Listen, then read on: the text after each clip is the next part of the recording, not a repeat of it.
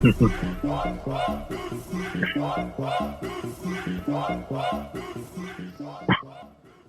Club, Season 2, Episode 10. I am your host, Robert Jesse Dominguez. And with me today is... Steven. That was your cue. It's me, Steven. It's your boy, Steven. And also... Ash. Oh, what, me? Yeah, no. Steven couldn't see the finger point. No. I was pointing. So Steven's guest speaker, not speaker, but guest co-host, because Chris can't make it. Chris lost his voice, so Steven stepped in, and Steven's calling in. So yeah, I gained the voice. Yeah. I am the voice of the people. Yes, you are. Hey, do you have any fun facts?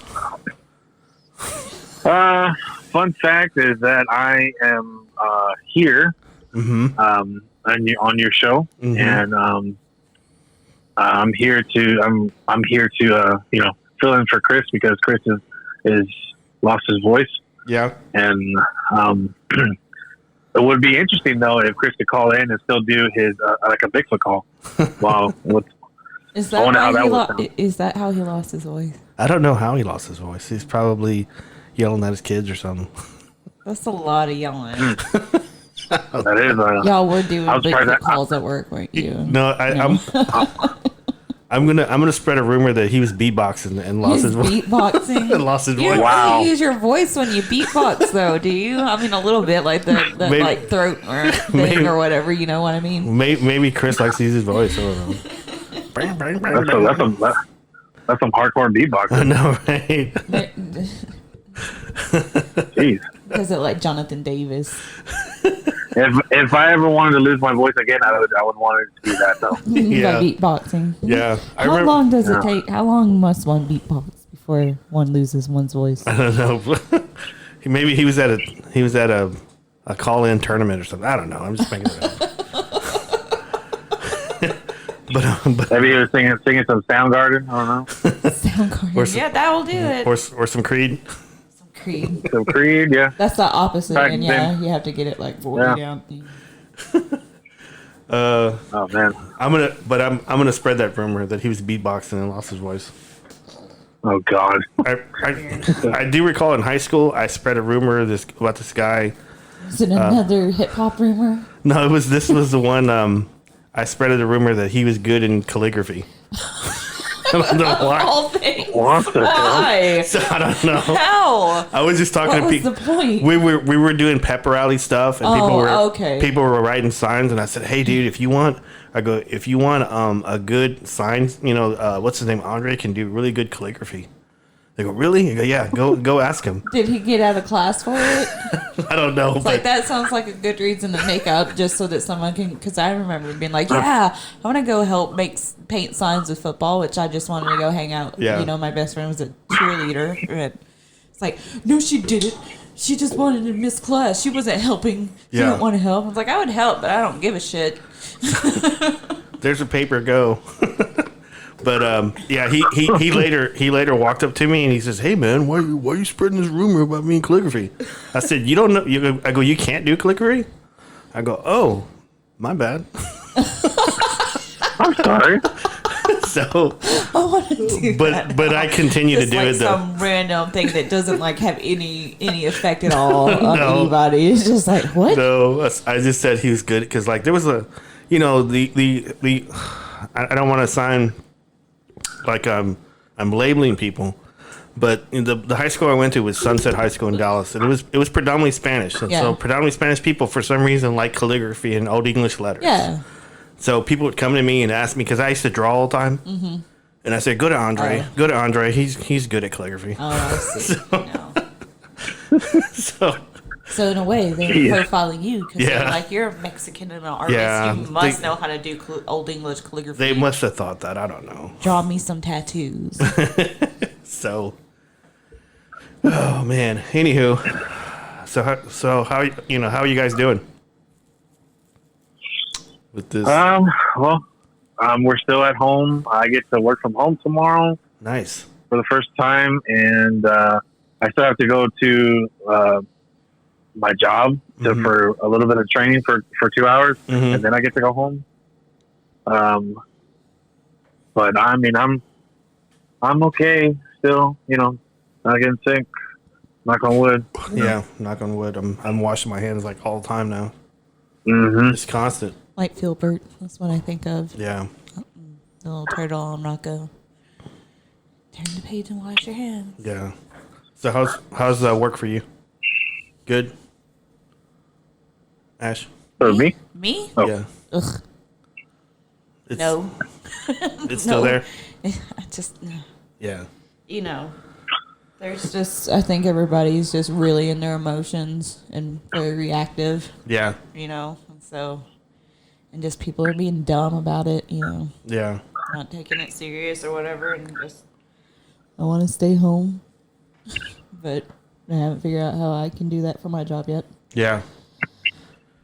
So far with my job, we're going to be there until the CEO tells us we can't. And so, I think that's more or less what we're doing. I don't know. I think we'll probably have to be there anyway, regardless. I don't know. We'll see. Yeah. Hopefully we're on the other end of it, but are there people across the street at your job? Are there? I don't know. Because I'd never see anybody go in and go out of that place. I do all the time, but I don't know. Yeah. We just had a company move in from over there, but I have no idea what's over there or what. I'm pretty sure people do because I see them coming in and out of the parking garage a lot, but like, I don't know. Yeah. What it is. It's a mystery. Okay. It is strange because the reason I was asking because I was over properties there used to belong to yeah. because I used to work there a long time ago. We just had a new property management takeover too, so everything's in a kind of a disarray, and people are mad because this person has this job now and they don't have as much as they used to, and blah blah blah, and so yeah. Ash is doing the Sebastian. What is she doing? Oh, he did that to me twice today. Do you want to tell that story really quick? Yeah, like if I tell Sebastian, hey, especially today, I was like, hey, get over here real quick. He's like, he'll look at me like dead serious and go. I'm like, so funny. Okay, that's great. Get over here. And he knows I can't really spank him because Blair's on the phone, or I can't really yell. I go, get over here right now. He'll just be looking at me like. That's like the longer sentence I say, the longer he. I'm like, really? I don't know where he got that from. It wasn't from me. I taught him. I don't know. Oh Lord! It was me when why he hides gummy bears. Yeah. But yeah, he did that. Ricardo, you have to catch him whenever he's just not, where he doesn't want to listen. And he doesn't do the whole thing, but I'll say, come over here. He'll be like, no. He'll try to back talk me like, you come over here. Okay. I don't think you want me to come over there, buddy. Yeah. But yeah. Get over here. Yeah, I missed him a bunch.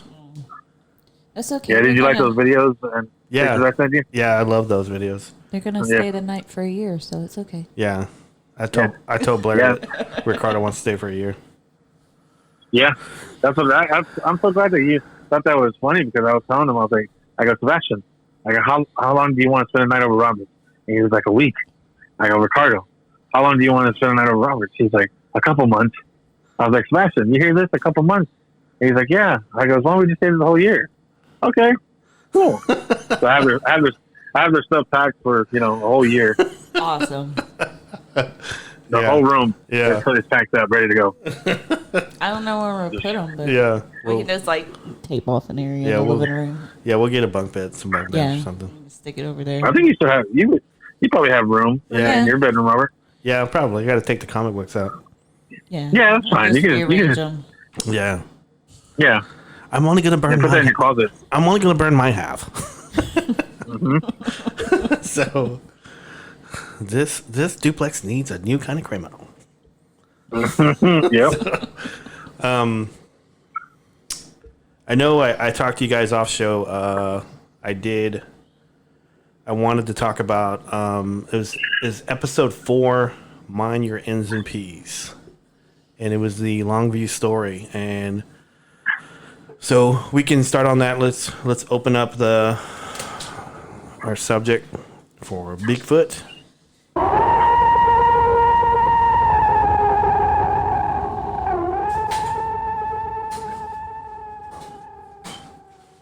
It's pretty scary. Bigfoot. I always do that all the time. I always do the subject. And Bigfoot. It was a weird story because this past week I was at work, and I have different duties at work now, so I'm always on the phone now. So You said duty. duties. But I have different protocols. I have different protocols in which I'm on the phone a lot, and so I was reaching out to a former vendor of ours, or of mine, and I was looking for this one HVAC guy, and he wasn't answering his phone, so I called this dispatch guy that I used to talk to, and he used to work whenever I was at USPC, and called him, and this was the gentleman that we're going to call him John. Okay, because I can't use his name or his real alias, so I'm just going to call him John. Hi, John. How are you? Are you doing Arnold Schwarzenegger? Yeah. I want to be him when I grow up, man. Arnold Schwarzenegger? Yeah. He's living his best life with his little horse and donkey in the house. Yeah. And I love it. I don't want that in my life. Anybody? A funny guy, John. Yeah. Anybody that can cook an ostrich egg on the tank, I'm okay with. I could probably work my way around that, man.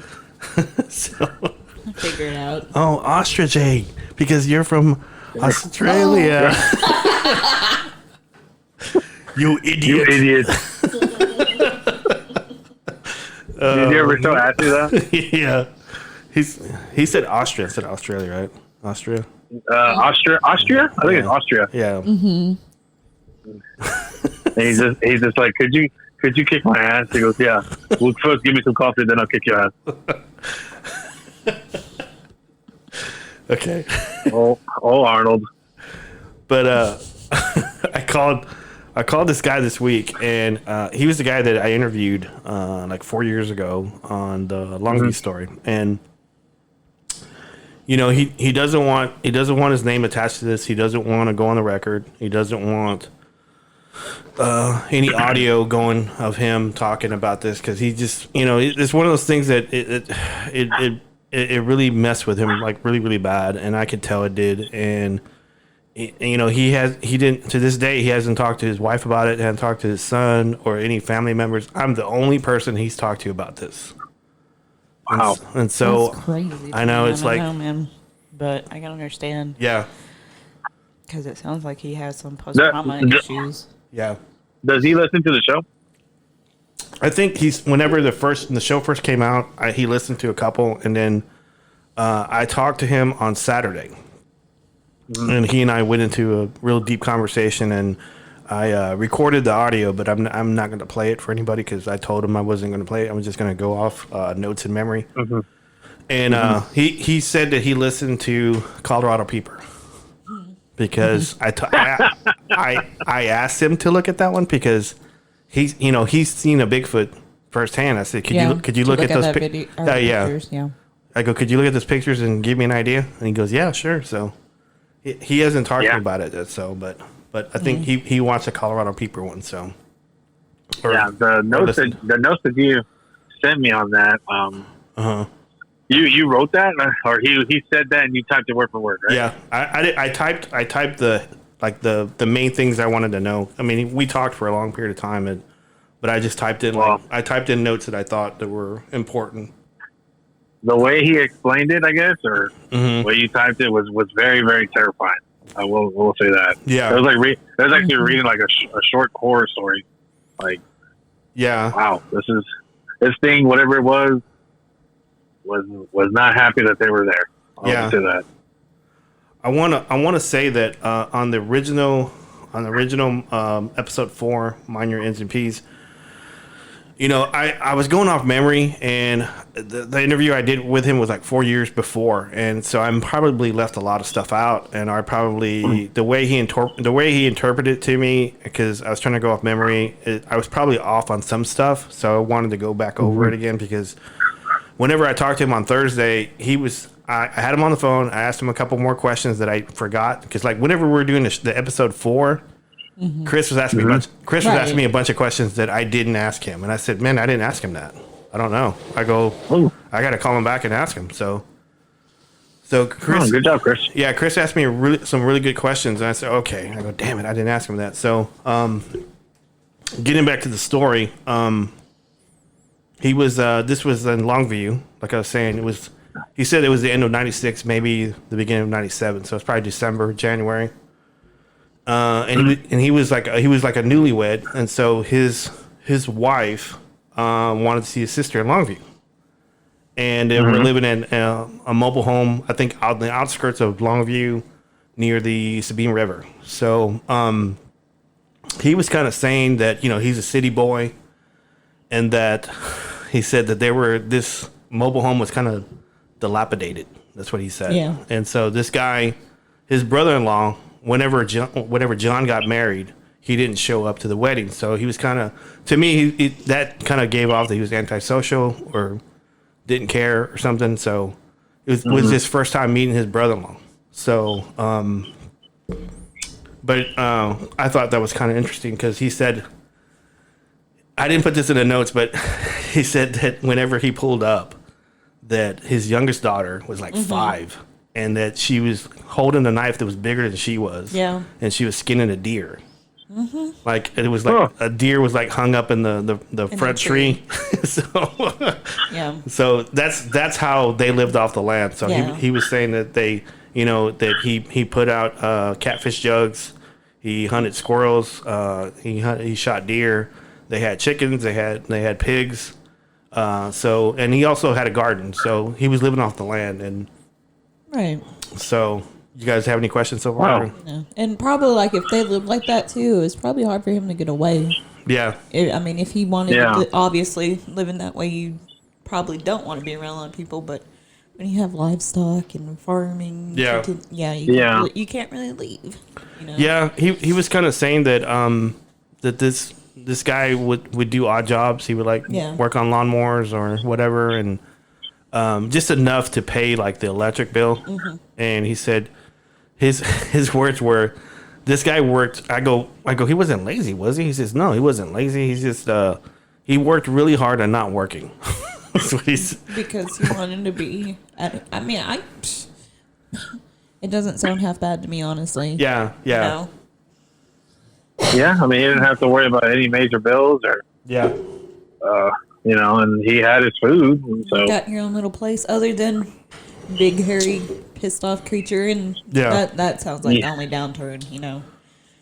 Yeah. That aspect of it. So we're about to get into that real well on that. Real well. So John had a son, and I think his brother-in-law and his sister-in-law, they had he had a son, and his wife had two girls, and then the guy that lived in the mobile home and the wife, they had 2 girls also. So the wife wanted to, I guess their wives were sisters, right? And so they wanted to spend time to each other. So they went out there to go meet with him and stay. I think he stayed like 4 nights there.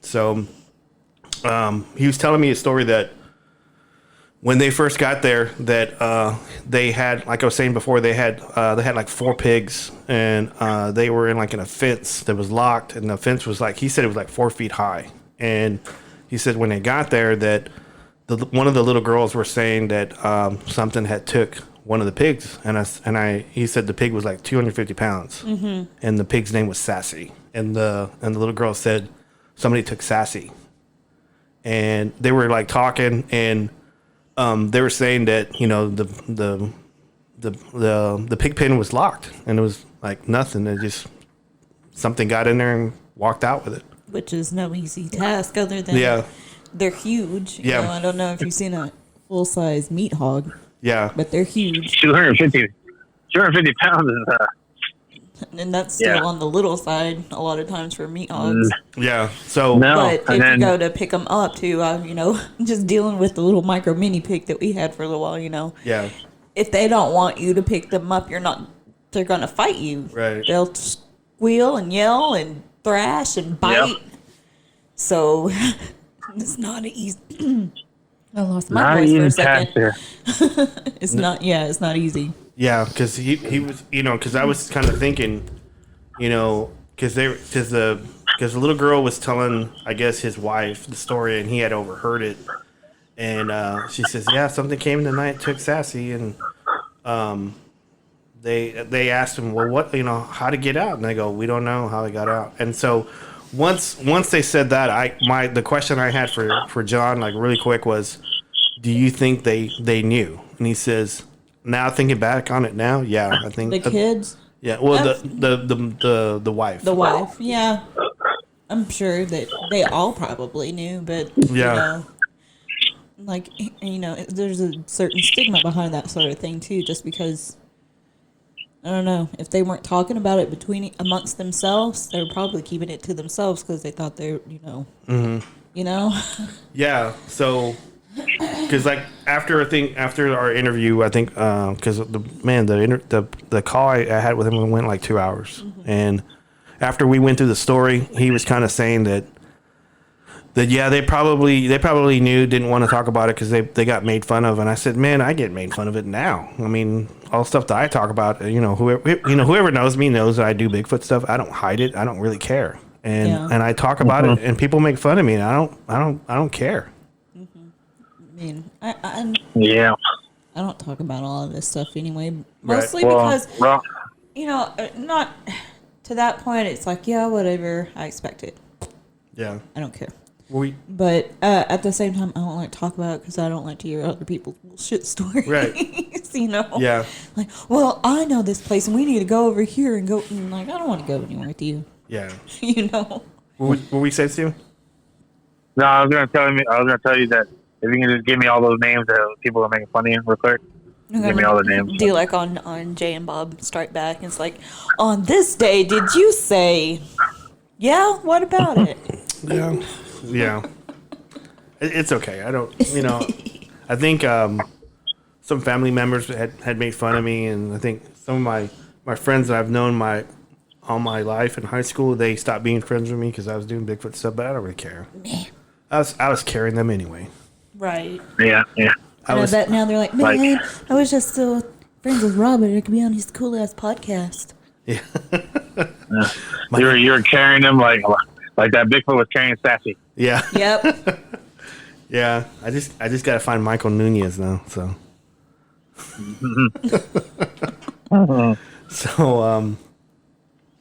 So when I was talking to him about that, he was saying that that they probably knew about it, and then he says, like, I think on the second day he said that it was getting dark, and that his brother-in-law needed to go check the jug lines for the catfish at the Sabine River, and he asked John. He said, "Hey, do you want to go with me to go check these lines?" And he said, "Yeah, okay, I can go. I need to get away from these kids anyway." So he had some adult time. So they were walking, and the way he was describing it to me was like the property, the mobile home was sitting up front, and there was a long stretch of property, like a long stretch of like open field, and then it met the tree line, and then it went into a trail that went down to the Sabine. So he was telling me that they were walking that way, and that he had noticed that his brother-in-law had got a clothesline at the end of the property right before the tree line. It's like one of these old ones that had like a T, you know, that had like clothesline. It was like cemented down, and so his brother-in-law had got a Rottweiler. And a Rottweiler? A Rottweiler. Is that like a Rottweiler? Yeah, it's a Rottweiler. Yeah, yeah. He's part of the Fantastic Four. He's He's with Ben. He's with Ben Grimm. That makes sense. His name is Rocky. Rottweiler. Rottweiler. So yeah, he got a Rottweiler. And so he said that this dog was huge, and it was on a chain. So it was tied into the clothesline, and it was running back and forth. And he said this thing was mean as hell. And so apparently, this was a rescue dog, and so it was rescued because it was a biter, and that he was like, John had asked his brother-in-law. He said, "Hey, why did you get this dog? It's dangerous for the kids. Are you afraid that this dog's gonna bite your kids? It's kind of dangerous." And his brother-in-law's response was, "Well, I got this thing coming around. I'm trying to keep it away. So, I need it. So, and then he says, "What thing?" He says, and he just changed the subject, and they continue to walk. So he was kind of telling me that he was kind of telling me whenever they were walking toward this path in the back of the property, that this dog chain could reach, to him, and so he had to walk wide to avoid this dog because this dog was mean. And his brother-in-law was the only one that this dog liked, so he could walk straight, and the dog was okay. But he had to walk wide and then meet back up with his brother-in-law as they're walking down this path. So that was interesting to me, and that they were walking down this path, and he said that this path was it was briars like on both sides, and then they came upon this rock cliff on the left, and that whenever they were going toward it, that he heard something running, and then he said in the corner of his eye, his left peripheral, that this big black mass jumped like off this rock cliff and landed on all fours and right in front of them. And he says when this thing landed, he said you could feel the ground moving. Mm-hmm. But I think I skipped over something. I think prior to that, he said that before this thing jumped out, that he smelled like a skunk. Like his words were that it smelled like dog shit and trash. And so yeah, that seems pretty accurate. So pretty foul. So yeah, he said this thing jumped and landed, and when it landed, it, like I said, it shook the ground. And he said when this thing stood up, he goes, "What the fuck is that?" So well, that's an appropriate response, I feel. So I think that would probably be what I said too. And like it was kind of odd because like whenever, like I was saying before, when I talked to John about this 4 years ago, and then I talked to him again on this past Thursday. And so whenever he got to this part of the story, he paused for a long period. Like he said, I had the skunk smell, and I heard something, jump and land. And when this thing stood up, he goes,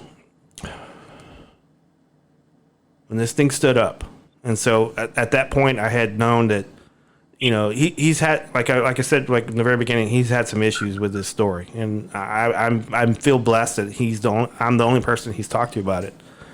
And so I was telling him, I said, man, I hope talking about this to me has helped you out. And he says, yeah, it has.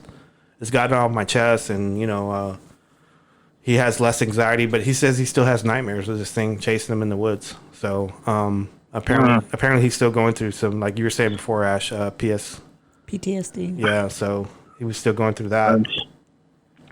That sounds about right. And with things like that, if you don't deal with them, it'll force you to eventually. Yeah. Yeah. Honestly, probably talking about it anytime helps in him remembering, and it helps him to process it. I mean, I know what it's like, man. Yeah. And there's nothing to be ashamed of, but if you can find someone that you can confide in, it's the best thing in the world. So he was saying that when this thing stood up, he said it showed its teeth and it hissed. Mm-hmm. And I recall on episode 4, he was talking about this part, and then before he told me this part, I remember in the first interview, I stopped him before he went to the detail, and I go, did it show its teeth? He goes, yes. I go, did it rock back and forth? He goes, man, shit, were you there, dude? So that was on the first interview, and so this one, he said that it showed his teeth and it hissed, but he said that he without me asking him, he goes, he didn't have pointy teeth. It was just, I just saw teeth. And he said his eyes were sunken into his head. His forehead was protruded, or he said it was thick. He had a thick nose. And then I asked him about his head. I said, what about his head? Does he have a pointy head? He goes, yeah, it looked like he said the ass end of a football. Yeah, that's interesting to me that they have, so like, because I was thinking about that too, because they have that conical shaped head. And that's usually conducive with a really strong bite in animals. Yeah. The way the muscle structure is. But if they don't have, like, what their teeth structure is, so why, if they don't have canines, I don't know. It's interesting. I don't know, just what my thought pattern was on that. You know, I think about that, like their anatomy and like why they adapt the way they do, and compare and contrast to other species. But you want to add anything, Steven? Or I just how when I was reading those notes, how you described it and how you told it, it sounds like, because you said that they were going to the river to get like the fish, right? Is that what he said? Yeah, jug lines. It was like jug lines for catfish. Oh, okay. So my thought process on that is that he took the pig. Yeah. Do you think that that Bigfoot was like the alpha of a huge Bigfoot pack that he was feeding? Yeah. Because obviously, I think, or family. Yeah, all the characteristics of it, like jumping in front of them, hissing, showing its teeth, rocking back and forth. That's trademark alpha male, big time. So he's probably protecting the food source that he found, and he thought it was relatively available for himself. But in his eyes, they were like maybe competing for food. So that's the one thing I was thinking. Yeah, because.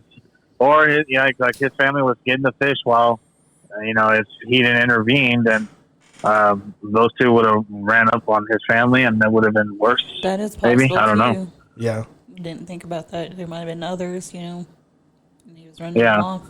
So he was just running them off while they buying them time to get the other food. Yeah, I think in the first interview, I didn't ask him about his junk or nothing like that, or his nipples. Right. But that's good. That's good. Tell me about the thing to Bigfoot see. dick. I mean, it's not. I'm gonna take that back. It's not a good thing to see, but it's a good thing to, like, I guess. Oh, yeah, this is a Bigfoot. Yeah. And they call it Bigfoot for a reason. Yeah. Well, he was saying that he didn't see his feet and didn't see his junk. He said that because I asked him the question, I said, what color was the fur or was the Bigfoot? And he said that he said he could see his chest, he could see his nipples were black, and that he said it was like a monkey, that some parts of it had hair. He said the face didn't have a lot of hair, but it had some hair. And he said, he said his chest was kind of bare, and then he said because it was going through briar patches that it was a lot of his hair was matted. And he said, I think in the area where his junk was at, it was matted, had briars. But he did say later on that he knew this thing was naked. And the reason why he knew, because when this thing turned and went into the woods, he said he could see its ass crack. So it had hair on it, but he could see his ass crack. And I thought that was kind of odd. Well, I mean, that's kind of one of the things. Well, did you ask him? What was that? Sorry, well, I was just going to say. No. Hold on. In the Patterson film, you could kind of see that too. Yeah. Yeah, you can see the ass on Patty. See the ass on that, man. Yeah. Shake that ass. Look at the butt on that. Ooh, girl. He must work out. She kind of dumping her trunk. No, I was gonna say, did you ask him what the color of his bare skin? Was it brown? Was it black like his nipples? Was his ass black? Was his ass? He didn't say that, and I didn't ask him that question. I gotta call him back. And So hey, buddy, what color was that ass again? Could you go over that? Yeah. Was he Like shaking that thing? you know how like chimpanzees, you can see the skin like it's like real pink or whitish, Yeah. Same thing with like baboons and shit. When you see your ass, like what the hell, Yeah. Especially it certain sticks time out. when they're trying to display. Yeah, when they're displaying with pride, while they're very proud. Woo.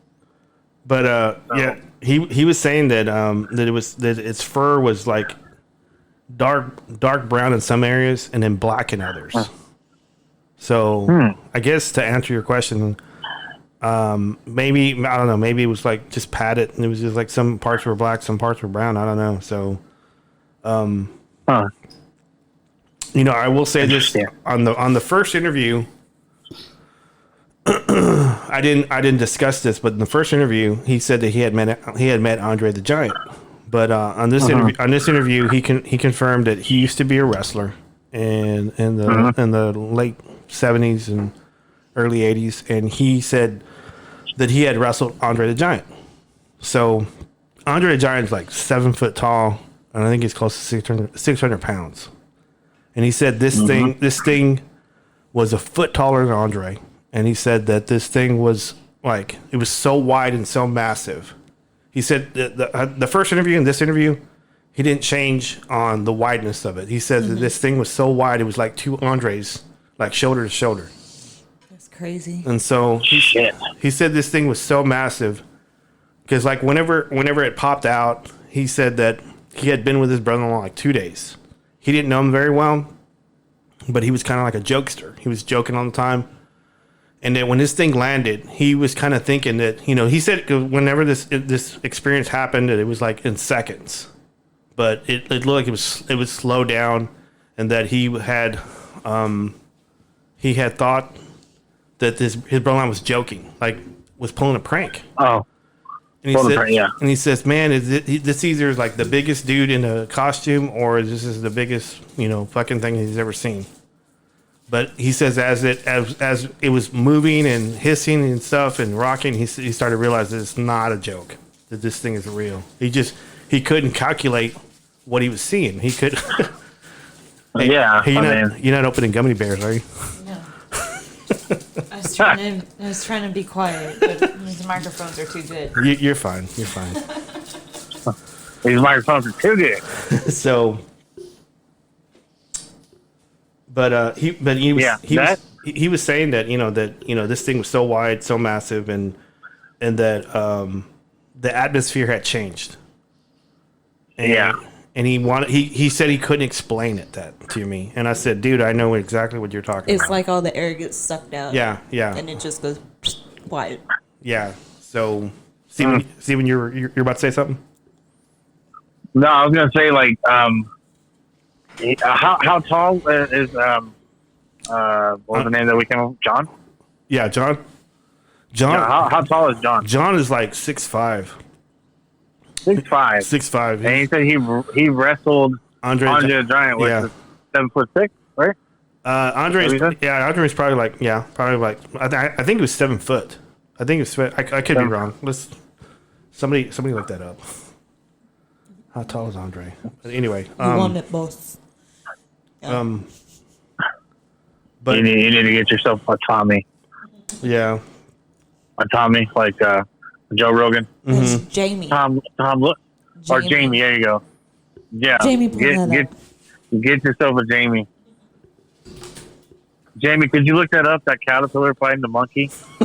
like what the fuck?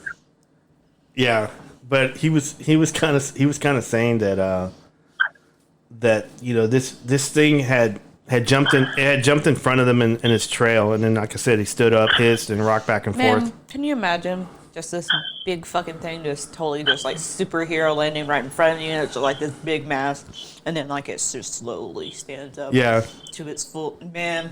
No, it's like it's like a horror movie. I was telling him in an interview. I said, dude, I've been in the woods tons of times, and I think I've been close to Bigfoot. I've never seen it, and I was telling him, I don't know how I would react if I was in your situation. I would like to think that I would continue to do Bigfoot stuff, but I don't know that for sure because my mind hasn't seen that, and I haven't been able to process it.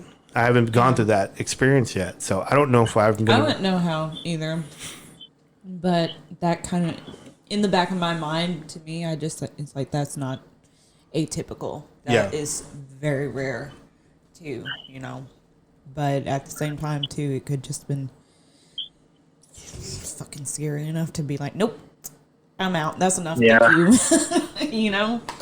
I can't say. And I don't think anyone really could until they've been in that position. Yeah, because like he was saying that when this thing jumped, he says, "Man, I wish I could show you how it jumped." He said it jumped so high, and he goes, "I'm guessing it's probably like 15, 20 feet in the air." And he said this thing jumped so high, landed so hard, it looked like a superhero. That's what he said. Mm-hmm. And yeah, that's terrifying. It is. And so this thing stood up, it scooted to the side, it went halfway in the briar patch, halfway like in the patch, and it was rocking back and forth. And he said, I said, at this time, I go, what did your brother-in-law do? And he said his brother-in-law was carrying a .45 revolver and a rifle, and that they both froze when they saw this thing. And he said, he kind of equated like the time frame. I don't know if you guys watch the Freeman video. Have you ever seen the Freeman video? It's the guy in Washington State. He's like he's researching Bigfoot, and he's using a camcorder, and he's like noticing footprints, and he points the camera up, and this Bigfoot walks out of the woods, then walks back in the brush like within 3 seconds. Yeah. And so he said this thing was just like that, but it was like maybe 5 seconds longer than that one. So this thing, if you guys get a chance, look up the Freeman video on YouTube, and it's like we'll post it on our Facebook. Yeah. Thanks, Ash. You're the best. So that's the best way to do it. Just post it on the Facebook. So he said that he was worried about this thing charging, and so he was scared because I think he said something about he was afraid that he wanted to run, but I don't know if he could have. But if he would have ran, he would have charged. And I said, yeah, if you would have ran, it would have charged you. Any animal that's like that, that's the last thing you want to do. So,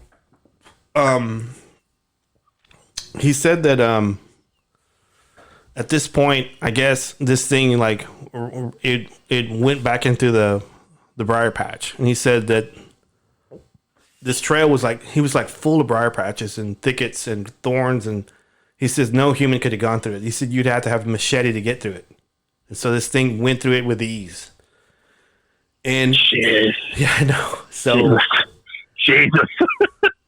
So he said something to me that kind of stuck, and he said the forest swallowed him up, this thing up, and it said, and I don't think I've ever heard anybody explain that or explain it that way, and that to me that makes a whole lot of sense with like Bigfoot sightings, because like Bigfoots are there and then they're all of a sudden they're gone, and he said this thing was went back into the thicket.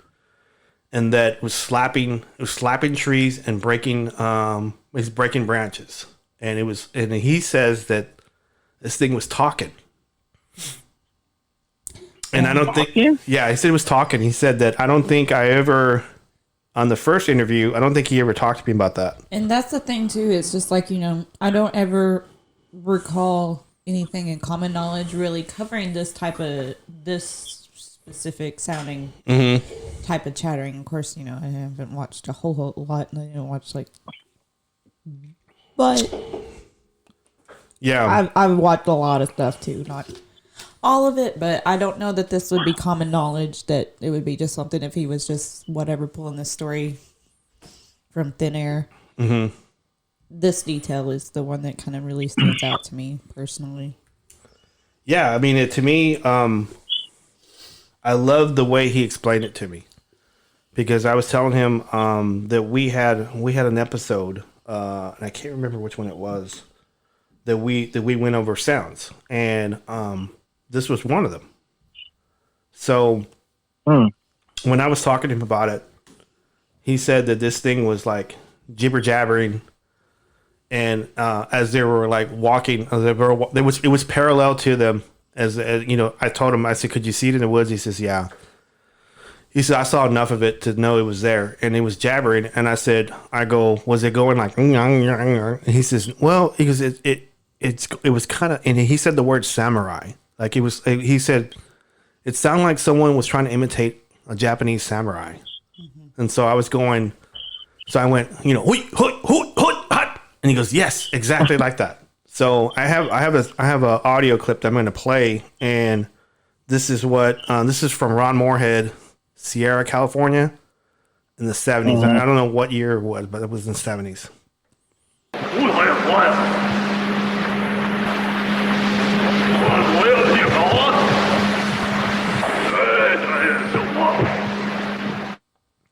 So that was, I actually, after we did the interview, I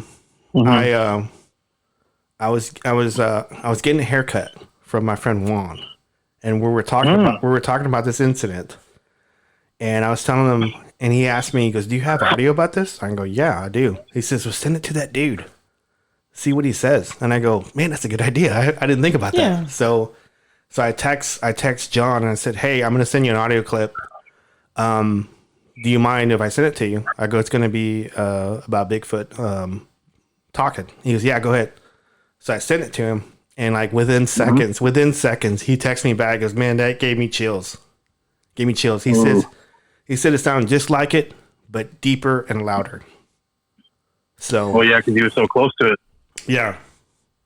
So, and whenever he heard it, he goes, I'm pretty sure he's like, "I got chills running down my spine, guys." Ghost Adventures. Did you just scratch me? You nut. Come there and look at that. Oh man, I miss that show. It's going back on. It's back on. I know. It's hard for me to watch it. You have Hulu. That's the simplicity of cable. You have Hulu, don't you? Is it on Hulu? Yeah. Like all the new episodes? Yeah. You son of a gun. All right. Dylan, you son of a bitch. Yeah. Dylan, you son of a bitch. Okay. But yeah, back to John's story. Guys, yeah. So, very, very, if he listens to this episode, you know, I would like to thank him for sharing that with you, because I'm pretty sure it wasn't easy. Yeah. Just hearing that alone, that kind of language or whatever, without all the other stuff would be creepy enough. Yeah. But then add all this other element to it, and wow, man. He said that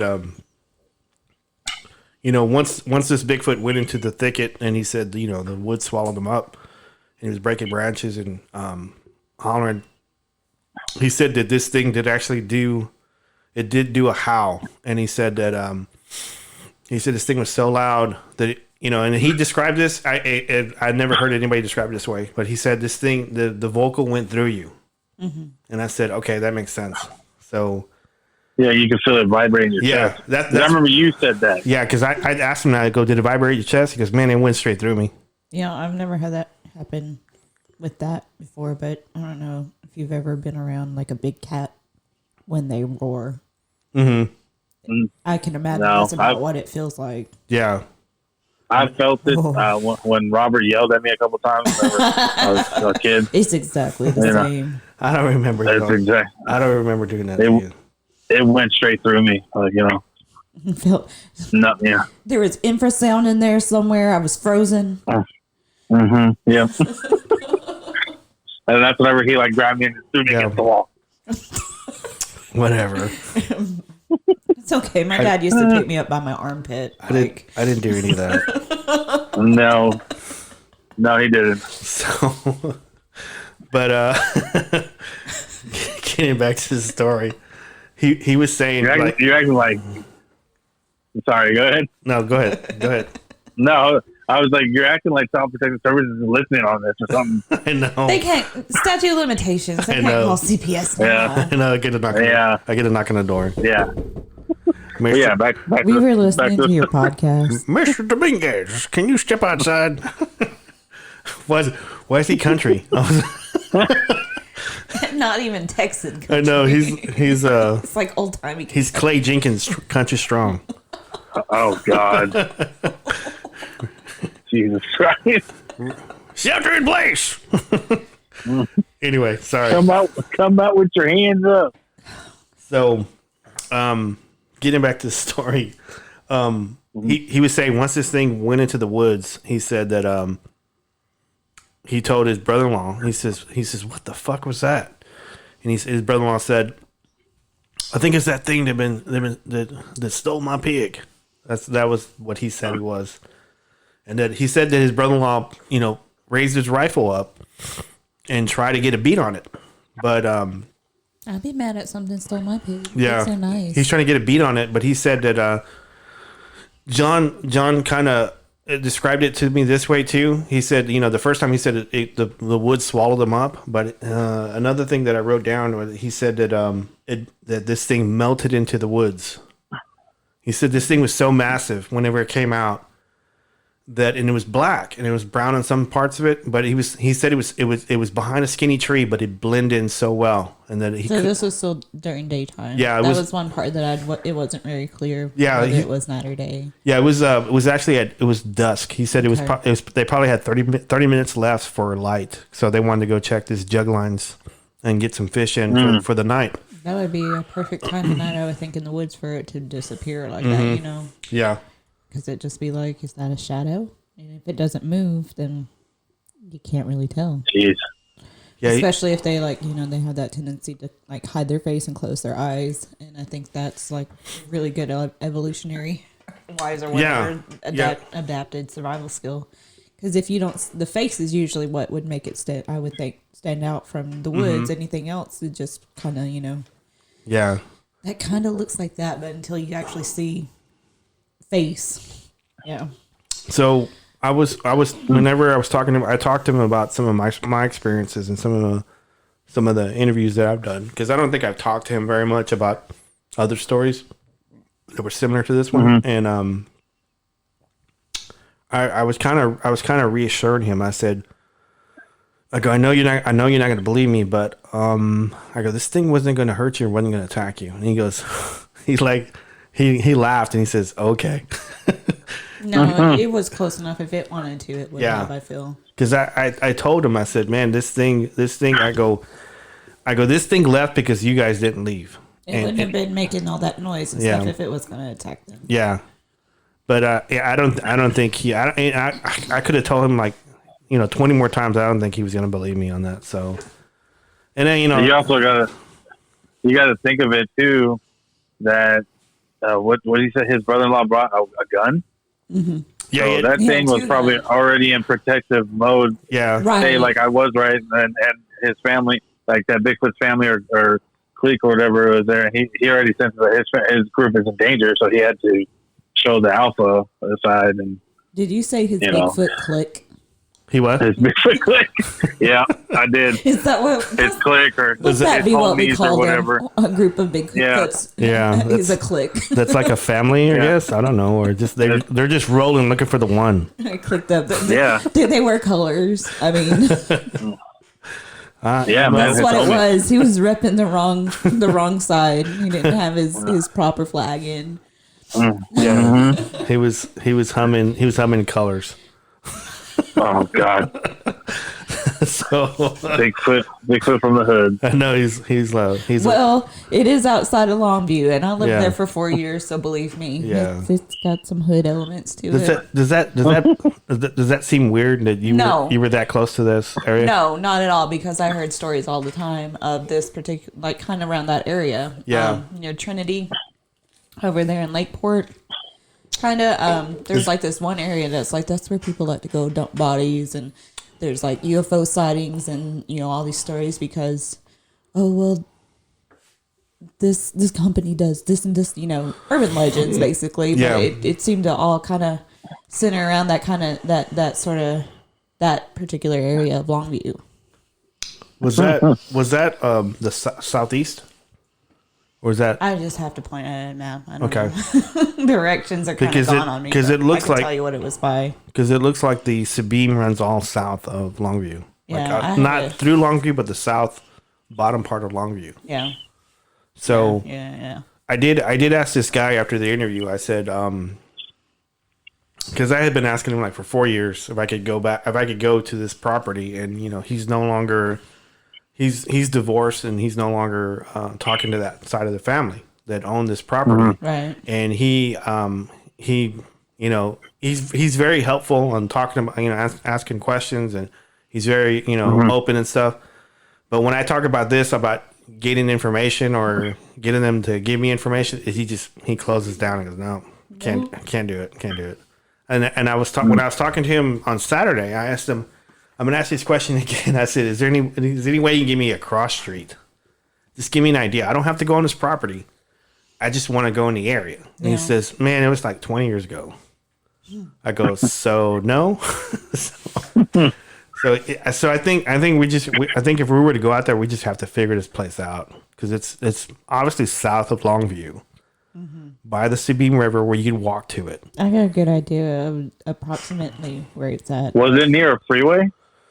He didn't say. It's probably near I-20, if it's where I think I am. Yeah, Yeah. Kind of in that general area. I would think so. I-20 or 31. Maybe 20. Yeah, because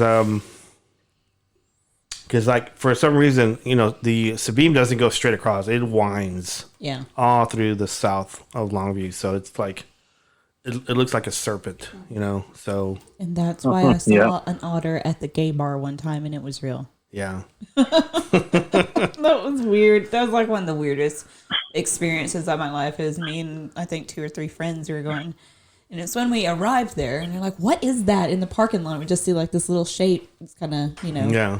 in the street, and you know, the lights in the parking lot. And it's like, I'm pretty sure that's an otter. It's like, look up videos of otters really quick. I seen some otters do some strange shit. But like just being in the parking lot Yeah. downtown Longview, you don't expect to just see like an otter running through. But it's because the river wasn't Right. that far. Yeah, it was right there. It's right there. It's right there. It's just off the road. You don't really think of it. It's right there. So he was saying once this thing went back into the woods and it melted into the woods, he said his brother-in-law had said, I'm looking for the quote. He said he goes, I'm gonna kill that motherfucker. I'm tired of it. I'm tired of it, you know, taking my fish. I'm tired of it slapping my cabin. That's what he called. Yeah, if it could take a 200+ pound hog, Yeah. and you got little kids around there too, I think that would be I would be concerned, man. Yeah. You know, and your livelihood, if that's, you know, your survival again. You got to think about your family if they're taking your source of food and you don't have much income and they're basically stealing food out of your kid's mouth. Yeah. So, you know, his brother-in-law went pretty he was pretty pissed, and that he said that while this thing was in the woods, that it was a large tree that you could see over, I guess, the tree line, a larger tree. And he said that this tree started shaking violently. Like shaking, and you could see all the trees and not trees, but the leaves coming out. The trees coming out of the trees. That is where trees come from. Yeah. So he said all these leaves were coming. So this thing was actually like, you know, shaking the trees, breaking branches, and it was just. There's no way their wives didn't know. Yeah, I'm pretty sure that his wife didn't know. If that happened, I don't know how far away they were, but they had to have heard at least part of it going on. Yeah, I would think. Yeah, I don't know. We gotta look at the property and probably go from there. But he said his wife he never talked to his wife about it, and When they were there 4 days, and he says what, like, after this was on the second day, and they stayed the third and fourth day, and then after that, he didn't want to go check the lines anymore, and his wife was like pretty persistent about him, getting off his ass and don't be that way and go help your brother-in-law, and he didn't want to go, and yeah, understandable. So, but he was saying that it was violently shaking the tree, and it was howling too, and that this thing was shadowing them back, because like they wanted to go check the jug lines, but then they decided not to, and they were going back to the mobile home, and that this thing was like shadowing them. He says, and I was telling, I said this earlier, but he said he could see enough of it that it was shadowing them, that he could see it, and he could hear them breaking branches, and he said that they were running as fast as they could, and this thing wasn't really, it was just trotting, just keeping up with them. It wasn't even, it was covering a lot of ground. Yeah, can you imagine the stride on that motherfucker? Yeah. So Jesus Christ. So Was it throwing stuff at him too? I don't remember. what was that? Like, was he throwing things? No, he I don't think it did. I think it's just he said he was slapping trees, and he said it sounded like a 2x4 hitting the tree.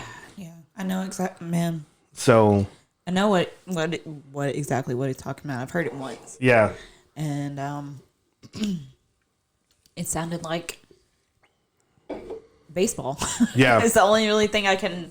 It's exactly what it sounded like. It's like somebody popped a hit in the middle of the woods in the middle of the night. yeah. Just clear as day. I was talking to him about my first time in the woods with Luke, and that we were in Sulphur Springs on this gas right away, and Luke was telling us that this thing was going to be by around between like midnight and 2 in the morning, or midnight and 3 in the morning, something like that. And I thought when this thing was coming by, I was talking to John about this, and I said I thought there were shotguns going off, but it wasn't. It was, Luke said, no, that's a tree branch. Yeah. And like 3 more went off. That's exactly what it sounds like.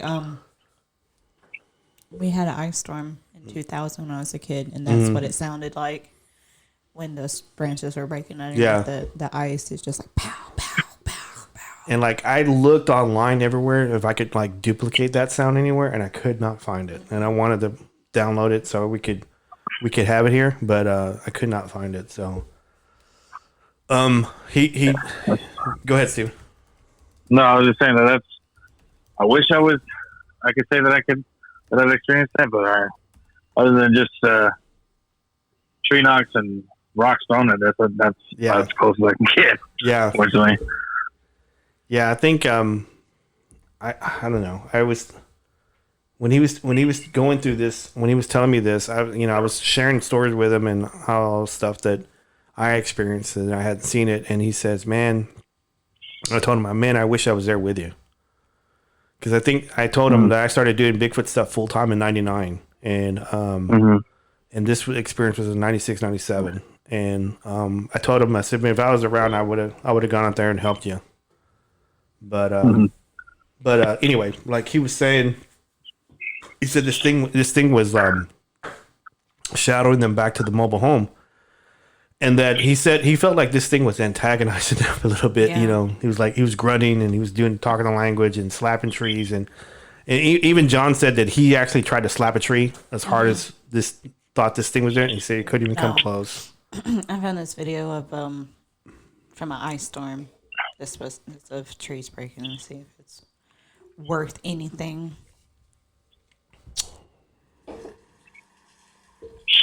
Yeah, that's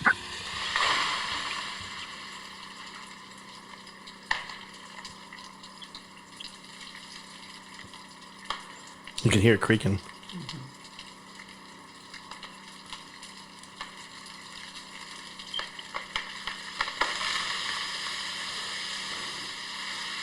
I mean, it kind of sounds like that, but the one I heard was quick. Yeah.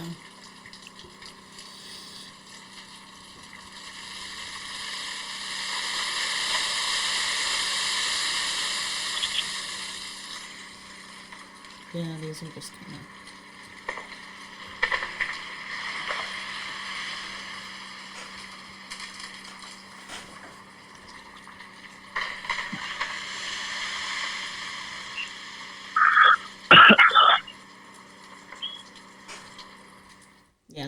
anything. My bad. No, it was close to it. Yeah. I mean, it sounded like that, but it's just that one was kind of But, slow. Yeah.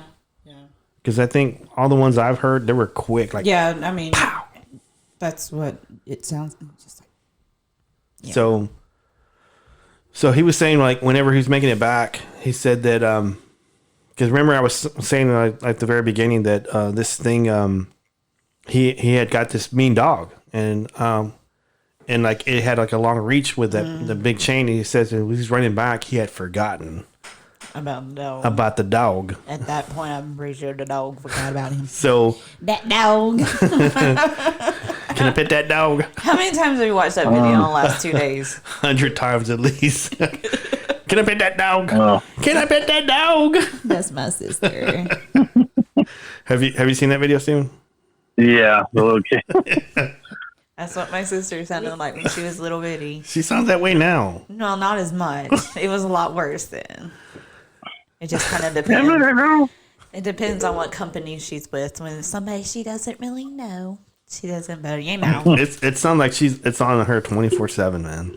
Maybe to you. I don't know. I like that. I like that. Believe me, it gets worse though. Sometimes it's funny though. I give her shit though. So I got no. Ow, my toe. she's funny.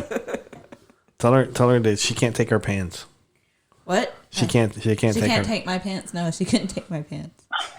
She tried to steal my brand new pants. and When she was here last time. and all our dishes and pans and stuff. She tries to take that too, right? She tried. I don't know. She just tried to take whatever is mine. If she wants it, she's like, it's mine now. But I guess that's Just tell her it's Sisters. all. Just tell her it's all mine. That way she won't take it it. belongs to Robert. It's a bra. I said it's Robert's. So he was kind of saying that he forgot about his dog, and he ran straight and he goes, "Oh shit, the dog!" But when he looked over, he said the dog was cowering and peeing itself because it knew what was coming up, and it was scared. And so they made it up to the porch. That poor dog. That's what I was thinking the whole time we tell that story. I was like, I kept waiting. It's like, and then the next day we found this dog. Well, here. did you listen to the whole interview? No, almost all of it. Well, Like, you're not gonna like the end of it. So well, it doesn't end well for the dog. no, it doesn't. I wouldn't imagine that it would have, and I mean, obviously that guy didn't know, but Yeah. it usually doesn't end Yeah. well for the dog if it's that way, you know. So he was saying that when they made it up to the porch, he said that his brother-in-law begged him not to say anything. He was saying, "Please, please, please, don't say nothing. I don't want the wives and the kids to you know don't and wanna scare 'em. get scared." And so, and John kept saying, "What the fuck was that? What was that, dude?" And he says, "That's that critter I was telling you about. That's where I got the dog." That ain't no critter. I know, right? So, That's some fucking critter. so that part, I told him, I said, "Man, you are a good dude, man," because he took his wife's scolding and then he never told her. He never told her, because he said as soon as they went in, he wanted to go. He wanted to leave. Yeah. And she didn't want to. She says, "No, I want to see my sister. I want to stay, and we're gonna stay 2 more days." And he kept telling her, "Guys, we need to leave. We should probably go." And she said no. So I said, "Dude," Wow. I go, "Man, you're a good dude, man, because you never broke. You never said anything about it. You just wanted to keep them, their mind safe." And he did say the couple nights that he said like the next morning they got up and his brother-in-law gave him a gun, and he doesn't carry guns, and he carried a gun, and they went out to go check the jug lines, and he said that the chains were all jacked, and that they were something that pulled it out, and then like all the fish were all gone, but the heads were there, and this Bigfoot took all the bodies off of it, just ripped them off. And so they only had heads. So that was kind of crappy, but Yeah. They probably And no sign of the dog. no, it was still around. It was still around. So for the time being. for the time being, I haven't got to that part I don't yet. like this story anymore. This is one of those movies I don't ever watch again because I mean, like I Am Legend. So I didn't watch that movie for years. was so mad at it. So he was kind of saying that the next couple of nights they were sitting in the porch smoking cigars, drinking whiskey, and he said that he did say that I go, did you feel that it was back out there? He says, yeah, I did, because at the time you didn't hear anything. You didn't hear any animals. You didn't hear any crickets. You didn't hear nothing. I said, yep, that's usually what happens whenever a Bigfoot's around. Because I was telling him the story about, I think, Steven, you went with me to, I forgot where it was. I think it was in Silver Springs. And we went down a road, like after a Bigfoot TBRC meeting. And I think you were like, I don't know, like 8 or 9 or something. And you were pretty young. And huh? That's Whittle. Yeah, he was a baby. And You are a brave kiddo. so.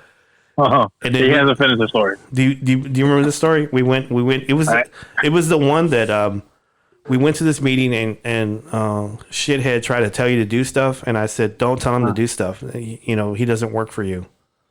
And just kidding. yeah. So don't talk to my kid. So we went down this road, on this back road, the back of the woods of this. I forgot. I think I want to say it was Silver Spring, and maybe it was like Lindell. I can't remember.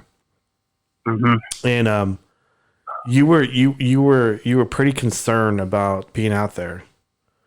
I'm not gonna say that you were scared. I'm just gonna say you were pretty concerned about He being. was 8 years No, old. you can say it. So He was very worried. So I was telling John after he told me that story about them being on the porch and stuff, and I said, I took my nephew out once, and he said that I go, how do you know there's not a Bigfoot out here? We should probably leave. And I said, there's not a Bigfoot out here. He goes, well, how do you know that? That's what you asked me. And I said, you hear those crickets?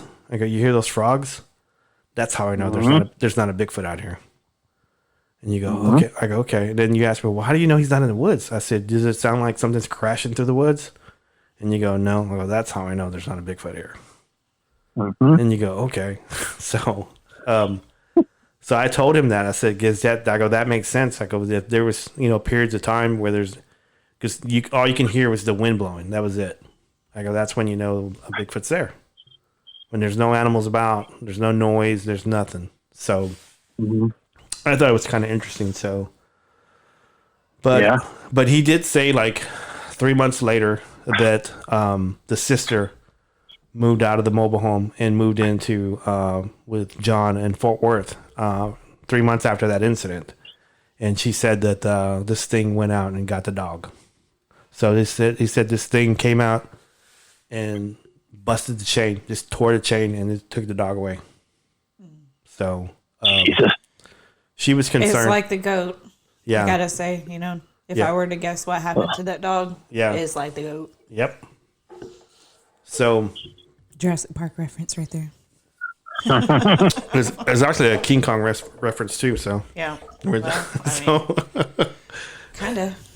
So what's the name? That sucks for the dog. Yeah, it does. But because he was telling me that story, and I think he felt a whole lot better after we talked about it, because he was really reluctant to tell me the story. I think on Thursday, and then when I texted him on Friday, I said, hey, do you mind talking to me on the record on recording on Saturday? Because I wanted to get more into details about this. And I think he waited a long time before he responded on this text. And he says, yeah, I can do it. So number one, I thanked him afterwards. I said, thank you for taking the time, and thank you for trusting me enough to talk about this story. Because I think it needs to get out there. It needs to get out there, and people need to hear it. So, you may help someone else who's seen it. And it might help himself. Yeah. More than anything, yeah, too. I think so, too. And so he was kind of saying that he doesn't go back in the woods for anything. Yeah. And I told him, I go, anything west of Tyler, you're okay. Well, So as far as you know. I go, if you go out like past Fort Worth, past Weatherford, toward Amarillo, I go, you're fine. But if you go anything past east of Tyler, not so much. So As far as we know. Yeah. So I don't know. So you guys have any thoughts about this or the story or? this. I hope I get to meet him. I do too. He's a good dude, man. He's a good dude, man. He's a great guy, and if you meet him, it looks like he's been beat up. You know, looks like he's gone through some stuff, and he's got tattoos. And I will say this, that without going into too much detail, he did say the last time he wrestled, that he was at, I forgot what city it was, but it was.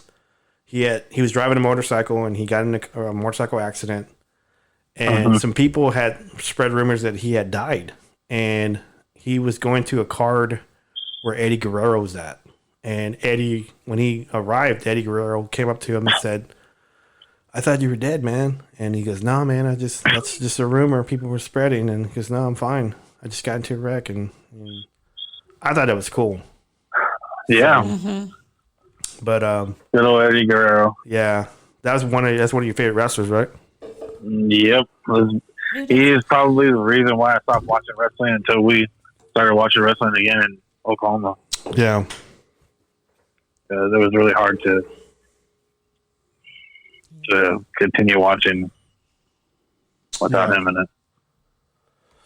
Yeah, that was an interesting story. I mean, I think, to be honest with you, this is probably the most, other than because I didn't do the investigation on the Danny Sweeten video. I don't know if you guys ever seen the Danny Sweeten video. Have you ever seen it before, Ash? Possibly. I don't ever know what anything's called. Just like, oh yeah, that thing. It was the one that this was like, because like this story of this Bigfoot. This Bigfoot's a mean fucker. He was a mean bitch. What was his last name, Danny? What? Sweeten. Is that the one? Sweeten, I think EY or Y. Go ahead, Steven. Is that the one where he knocked that guy's teeth out? Yeah, that's the one. TEN. Yeah. Sweeten. Yeah. Sweeten. Okay. Actually, before I joined the TBRC, Luke interviewed this guy. Mm-hmm. And supposedly on this one was, I think he was going to, I forgot what part of East Texas it was. It says Sam Houston. Sam Houston, is it? That's south. Okay, south and east. Okay.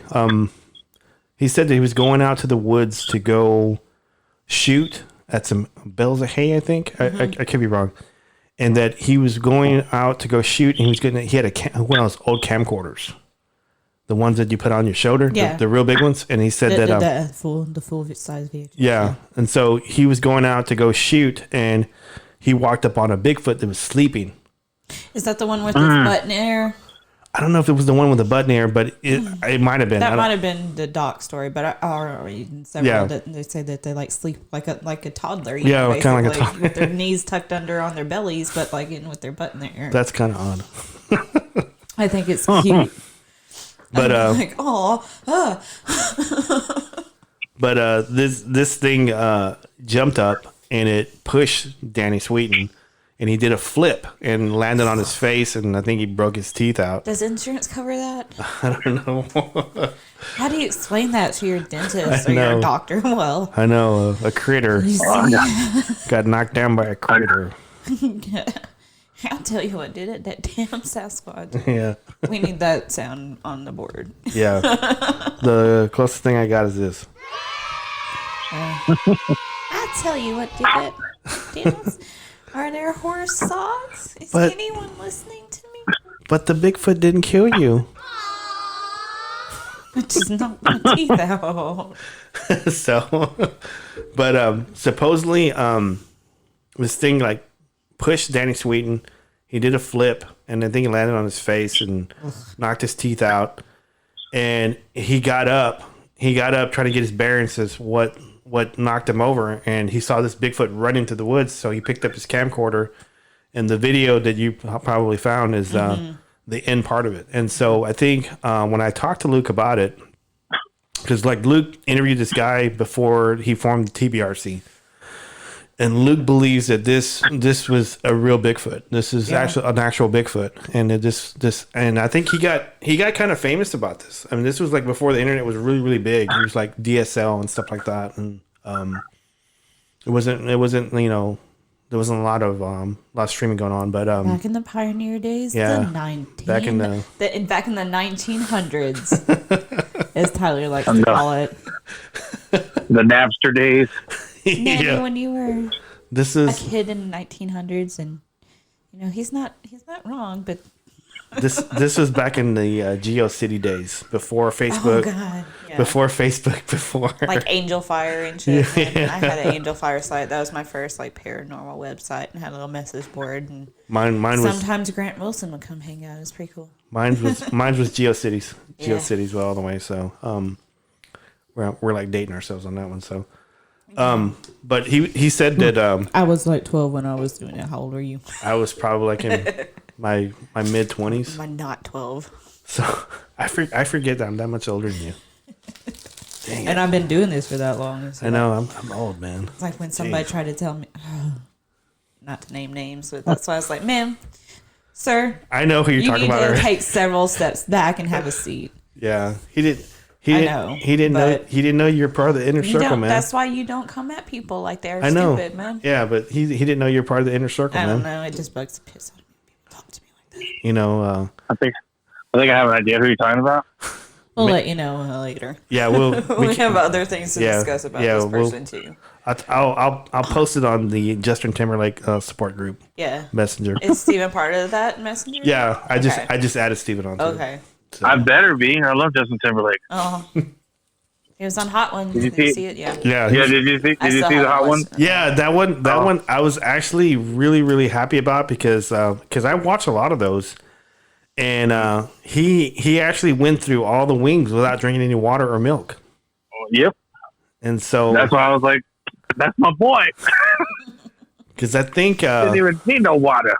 yeah, I think there's only two other people who went through it like that. I can't remember who they were. It was him.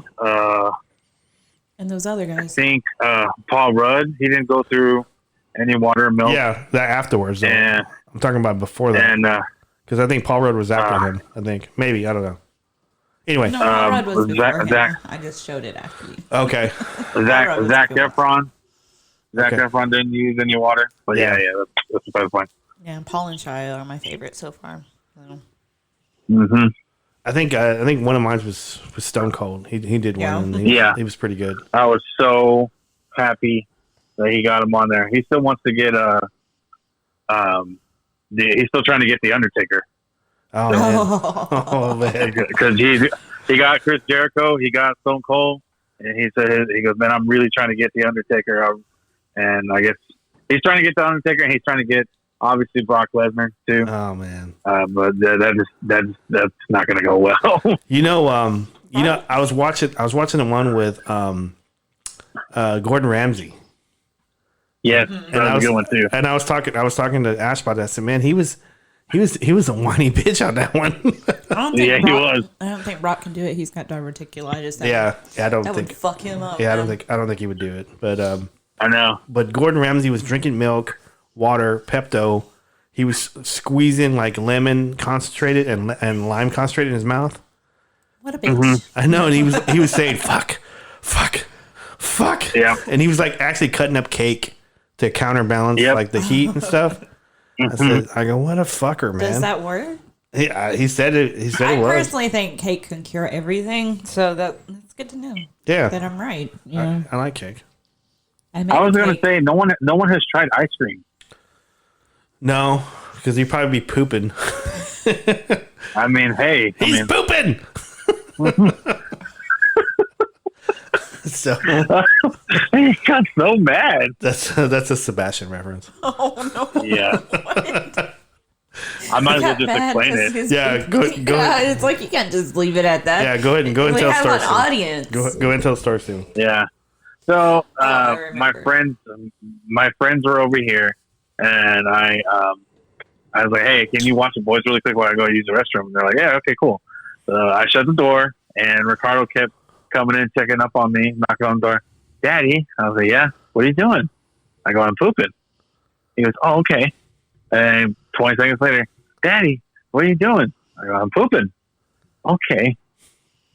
And like I think on the 5th or 6th, "Daddy, what are you doing?" I heard Sebastian in the background. "He's pooping." He told me that story, and I forgot what I was doing. I just stopped, and I started laughing so hard. I go, oh my God. I was like, I was there, and I go, oh my God, my stomach hurts now because I was laughing so hard. Yeah, so I was like, oh. He's such a goon, man. Yeah, he's definitely a goon. But, yeah. Anyway, but I was pretty happy to see Justin Timberlake on it because he was because he was actually cussing, you know, because I think the guy was asking, I forgot what question he was asking him. He goes, bro, I didn't hear one fucking word you said. Can you ask me again? Because I don't remember what you just said. Yeah, I was like, oh fuck, yeah, I didn't. What was the question? Yeah. And if you know Sean Evans, he does his research and man, yeah, he does. He's great. I love Sean Evans. But Ash and I were watching Paul Rudd's one. What was it, Friday? Yeah. It's Friday. And actually, I like that one a lot. I mean, because like Paul Rudd's a good dude, man. Yeah, he is. He's a good dude. He was asking the host, though, what's his name, Evans? He was asking him questions. Mm-hmm. Yep. That's why I like Shia's too. Yeah, Shia was the same thing. I think most of his interviews are that way, where it's like he just would rather have a conversation than just field questions, you know. But anyway, it's interesting because I like to hear stories about people like that. You know, like their lives, they're just like us, man. So I know we kind of went off subject a little bit really quick on that one, but the Danny Sweeten one, I was telling you about. Luke believed that Danny Sweeten actually recorded a Bigfoot running away. Yeah. And it's like real grainy. It's on VHS and it's real grainy. We'll post it on our Facebook page. Yeah. I almost said MySpace. What the fuck? I don't know why. Because we're talking about GeoCities and I guess. Angel Fire. I don't know. I was listening, of course, you know, because all I've been doing is listening to Justin Long's podcast. And he had like Wolfgang Puck on there. And he's talking about Justin Long? Yeah. He had Wolfgang Puck on there. And he was, you're a boy? Yeah. He's my boyfriend. Hey, forgive. But he was just making this, like, you know, because he always has to make a quip. But he was like, yes, a long time ago back in the day when it was hard to network and whatever, you know, we didn't have social networking. It's like, yeah, those just probably had like MySpace, and he was talking about like the 50s and shit. And like, he didn't hear that laugh, and I just cracked the fuck up. And he's just like, yeah. Exactly. And he's like, he didn't even pay attention to what you were saying, but he's like, yeah, like way back in the, you know, 60s and 70s or whatever, when we just only had MySpace. MySpace was like in the early 2000s, wasn't it? Yeah, I think it like first started getting really big like when I graduated high school. Yeah. Because in the beginning, I had a MySpace. I got into it because of bands. That was a big deal when it first came out. It was like a small website where you could host your music and all that stuff. You know, it was really cool until they still. Yeah, you can have like a playlist of 10 songs that describe you or and your background. whatever. They gave your computer AIDS and unlocked. Yeah, I was just about to say that if you had a jacked up background on your MySpace and you clicked on someone's, it's like it froze your computer. I go, fuck. Like my friend Danny Kennedy, hers was that way because it had like 89 GIFs and running things and everything like that. You know, like all kinds of moving parts. And I go, fuck that, man. No, I didn't look at your profile. And looking back on it, I don't know what we did other than like message each other because there wasn't like a timeline or anything. Just looked at it. I guess we just designed and learned HTML. Yahoo Messenger was really big back then. Yahoo Messenger was, that's what I seen a meme and I was talking about, and my friend Eric is like, if this had happened 18 years ago, this pandemic, can y'all be stuck at home with a snake on your cell phone? I'm like, no, man, we had cable TV and Yahoo Messenger, and I was still in school, so I could just stay my ass home. I wish this happened 18 years ago instead of now. Yeah, because like I recall when I was really getting into Bigfoot, we had, like I said, like I was telling you, we had GeoCities. GeoCities was like a big, like a chat room that you could go talk and you could post stuff and you could have a group. And I think eventually Yahoo bought them out and it became e-groups. And I remember whenever we formed TBRC, before we had our website up, we had e-groups, the Bigfoot, the TBRC information center e-group. And so anybody that was a member of the group got this e-group. We all signed up for it. And I remember, I want to say that I think I ran it because I don't think Wool Heater understood it that much. And so they left it to me to run it, and I ran it. And I don't know. Eventually they gave me all the, like I had to like start getting members, and I had to like recruit people. So they kind of just gave it to me and said, let's give it to Robert, and let Robert do it. But that was in the early days. It was and that's how we communicated. I think was through the e-groups, and before that it was the Yahoo Messenger. We would all message each other, and that was the way we did it back then. So it's kind of odd. Had, like chat rooms on Yahoo Messenger too, which was dangerous as shit. And I was hanging out in there when I was a little kid. Yeah. But yeah, that's how I met Michelle, was on a message board. Was it really? One of the guys that used to be in TAPS, Keith Johnson, he broke away with his twin brother Carl and his wife Sandra, and started a group called Near North. Don't ask. New England Anomaly Research. And she was on there, and we just were chatting on there, and like posting, commenting on posts, and we just kind of figured out that we were an hour apart from each other. That's pretty cool. Yeah, and she had her little team that she started, and I had the meet and greet, and that's that. You know. I think that's how we met Bear and Coonbo. Do you remember Bear and Coonbo? You ever hear me talk about them at all? Yeah. They were. Yeah. They ran Oklahoma Monkey Chasers. Right. And I thought even back then I thought that was the lamest name ever. It's horrible. Like the East Texas Booger Hunters. Yeah. That's like, I don't know who you guys are, but that makes you look like a fool. yeah, that's, you might as well get super kicked and have me stretch before I do it. It's like I mean, I don't know these people, but come on. But that's how I met, because I think once we got the website up, we didn't use e-groups anymore, and I went to the Alabama Bigfoot forum, and a lot of Bigfoot researchers went to that one. Isn't that where like the Georgia Boys first posted in there? I think bullshit? so. I think Steve Coles was a part of that, and I think Steve Coles and what's his name, Biscardi. Tom Biscardi. Tom Biscardi was on there, so I think that we're on there. Anybody that knows, message us or post us that either that was right or wrong. I don't know. I can't remember. I remember that happened back in 08? Probably, yeah. 09, around the time I moved back to Arkansas. But yeah, I remember that being, everyone was hanging on bated breath on that one. Yeah. And because we knew it's like, this is going to either be awesome or it's going to fuck shit up for us. And what did it do? Yeah. What did it do? Of course, it fucked shit up. And that's... It did not. It did not disappoint. Oh, God. No, it did. It did a lot. But kind of figured that's the way it was going to turn. Hey, Steven, is Blair still working? No, she's off finally. Is she?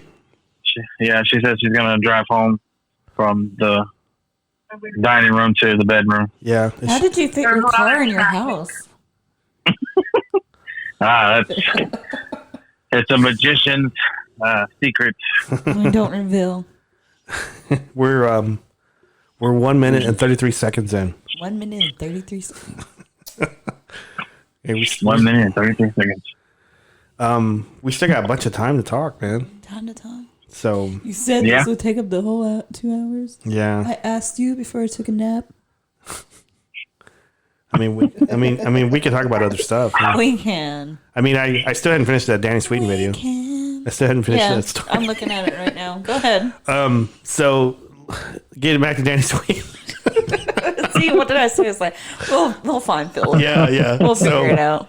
Danny Sweeten, Luke said that he felt that this VHS tape was actually real, and that he thought this was a real Bigfoot. So if you were to look up the video, it's probably like about maybe 6 seconds of a footage of a Bigfoot running through like a bunch of trees. Yeah, this one I'm looking at right now is a minute and 38 seconds, but they're kind of breaking it down and slowing it down so you can in describing the movement. But the video itself is probably like 5 or 6 seconds, and so he got real famous about this. And I recall, like I said, on e-groups and GeoCities, it was like blowing up everywhere, and everybody was talking about it. And I think he felt that this, he tried to go back out and try to find it and try to do more research on it, and he couldn't. So he faked a video. Ugh.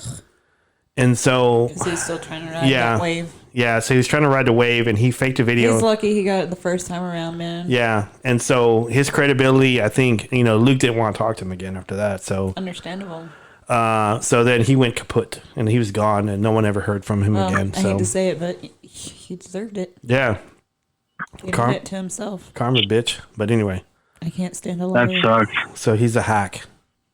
He wasn't, but he turned into one. Yeah, he was he was a push, and then he went to a hack. It fucks up his credibility, because even if it is real, he fucked it up by faking. Simone. For the general public, Simone Ketchstone.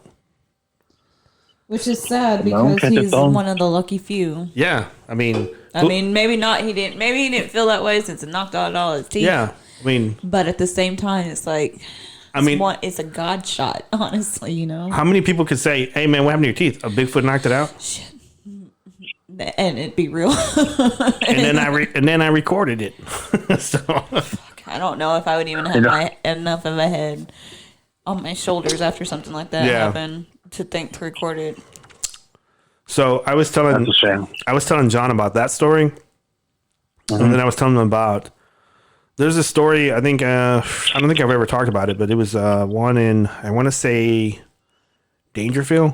This was the African American guy, and he was and he was hunting, and then he came up on a Bigfoot sleeping, and the Bigfoot jumped up and picked him up and slammed him down and took off running, and he went into the hospital. And I think the TBRC and me, we tried to go talk to this guy, and his family didn't let us. He told us they didn't want to talk to us. And so it was that one, the Danny Sweeten one, and then it was the Deborah Thornton one of the Bigfoot trying to pull her out of the truck. I said, those are the only ones that I recall in this area that a Bigfoot was physical, and 2 out of 3 of those were accidental encounters. Yeah, where they did, but then they ran off. They got surprised. So like your buddy when he got pushed down. Yeah, it's like it wasn't one of those. It's like they didn't come at you. It's just you just happened to bump into him. It's like, oh fuck, shove or whatever, But I don't recall ever talking about a Bigfoot story that they stole a pig, they stole a dog, and they stole fish.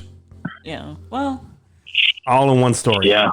I've heard of them taking like cantaloupe, watermelon, corn, but not an animal. What time of the year was this? He said it was the end of 96, maybe 97. Maybe so it was probably January.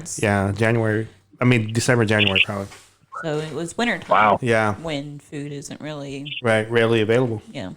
So it makes sense. Yep. Hey man, you guys are on the same page. Pinch poke, yummy coke. Yeah. Slap back, you owe me 6-pack. Oh. Burn. Wow. Shit. So this episode doesn't have Chris in it, so it's probably going to go over 100 like really quick. Yeah. Wow. That's what he says all the time. Because you got Steven on, so it's going to probably do really well. Does he do that to you at work when you go somewhere without him? Yeah. I don't guess you need me anymore. Yeah. Aw. And I go, what? I was just going to the bathroom. What? He's like, so Robert, how was lunch? You didn't invite me. Did you wash your hands? Yeah, I had lunch with Steven. Whenever he tells me stuff like that, I go, what? What? What? What? My favorite part is that you did that joke and then you had to go back later when you found the button to push. Oh, poor Chris. Yeah. He'll be all right. He'll be all right. Yeah. He'll be all right. So, we got 20 minutes to kill. Pow, pow. What do you guys want to you want to call this one? Longview? Longview Revisited? No, that's not as exciting. The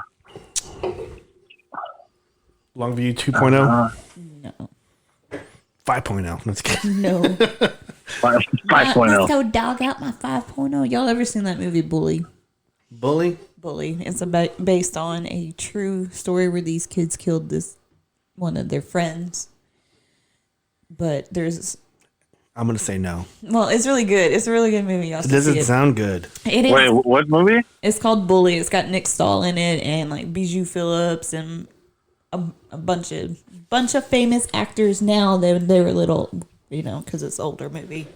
Actor. But one of the character, Bijou Phillips, his character has a 5.0 Mustang, and she's all, we gonna go dog out my 5.0. That's how they get the boys to go hang out with them.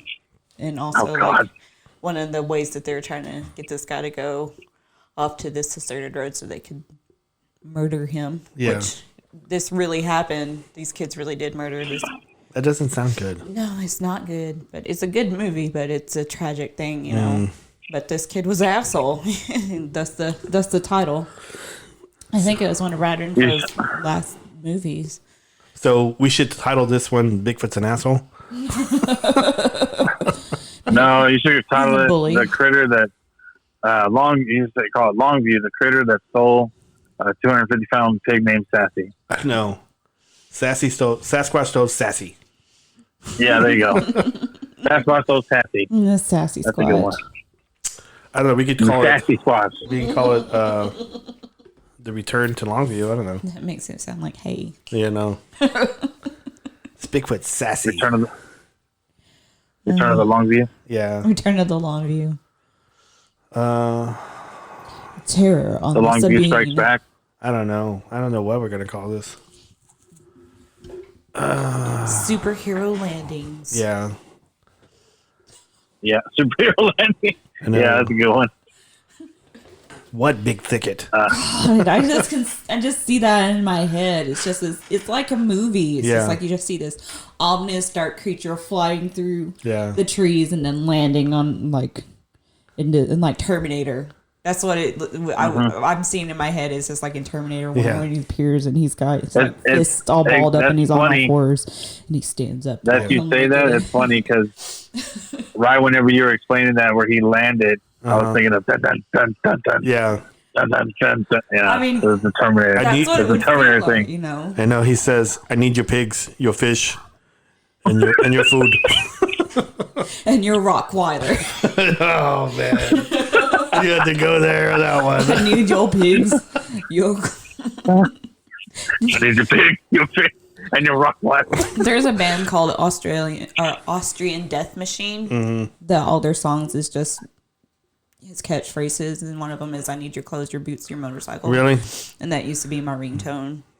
What about one that says, "You forgot to say please"? I don't know. And they got one that's like "Get to the chopper." Wow. And I love it already. yeah.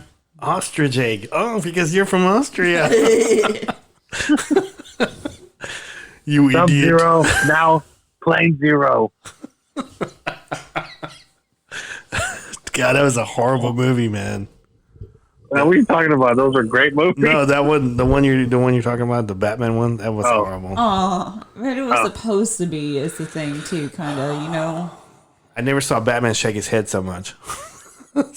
Yeah, It was supposed to be. I just thought it was.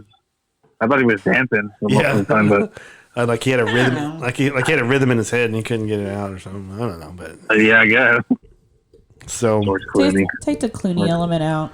yeah, And it probably wouldn't because it was supposed to be campy. Yeah, Batman, and I mean, I think it, the one before it kind of was. It was. I liked it because it was glow in the dark. yeah. But I was a little kid, and Cool party. and Val Kilmer's hot too. So I found a soundboard. Time to break the ice. I know. I found a soundboard that has all his stuff. I just got to figure out how to hook it up. you son of a bitch. That was one of the things Yep. when back when I first started drinking when I was like 16, hanging out with my friend's Bill's house with Mandy. We would prank call using either the Arnold Schwarzenegger or Jack Black that's soundboard awesome. That's awesome. from E-Bomb's World. Yeah.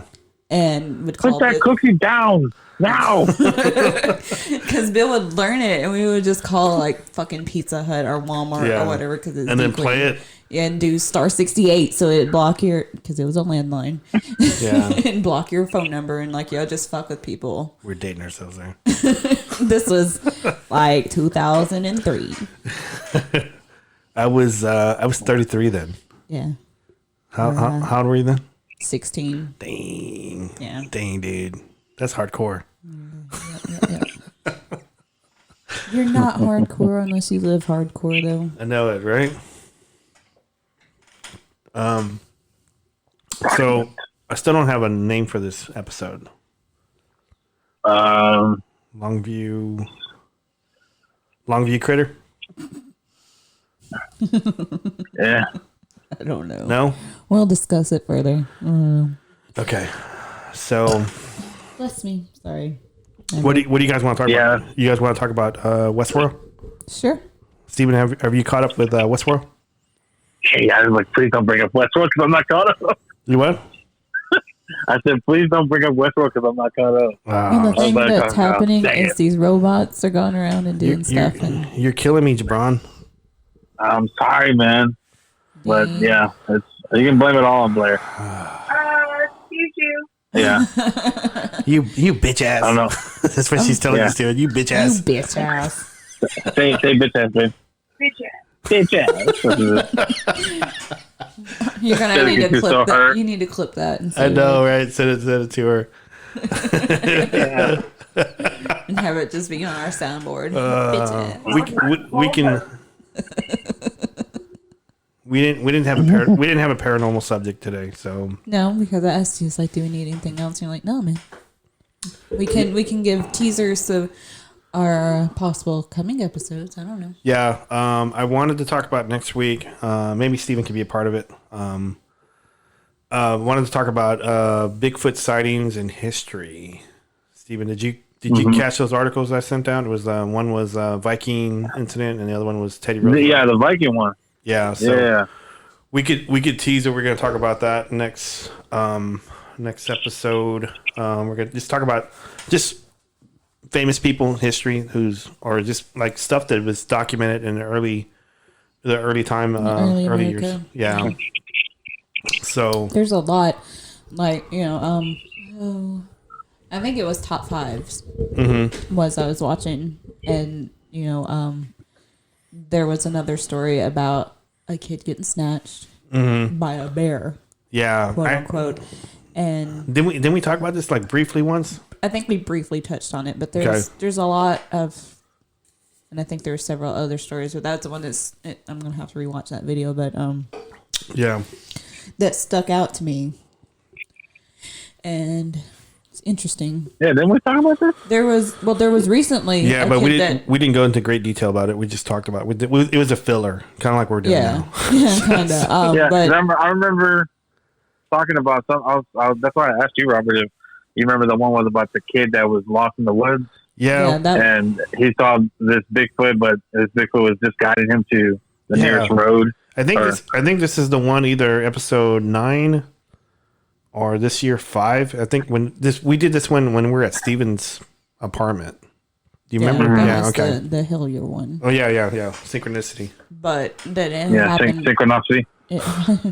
It happened recently. That was it in North Carolina Yeah. or something like that. North Carolina, Tennessee, somewhere on the East Coast. It wasn't Christopher Walken's dad, was it? It wasn't Christopher Walken's dad. His feet were so big. Christopher Walken's dad. Did you happen to listen to that episode? Last week. I don't think so. Yeah, you should listen. You should listen to that one.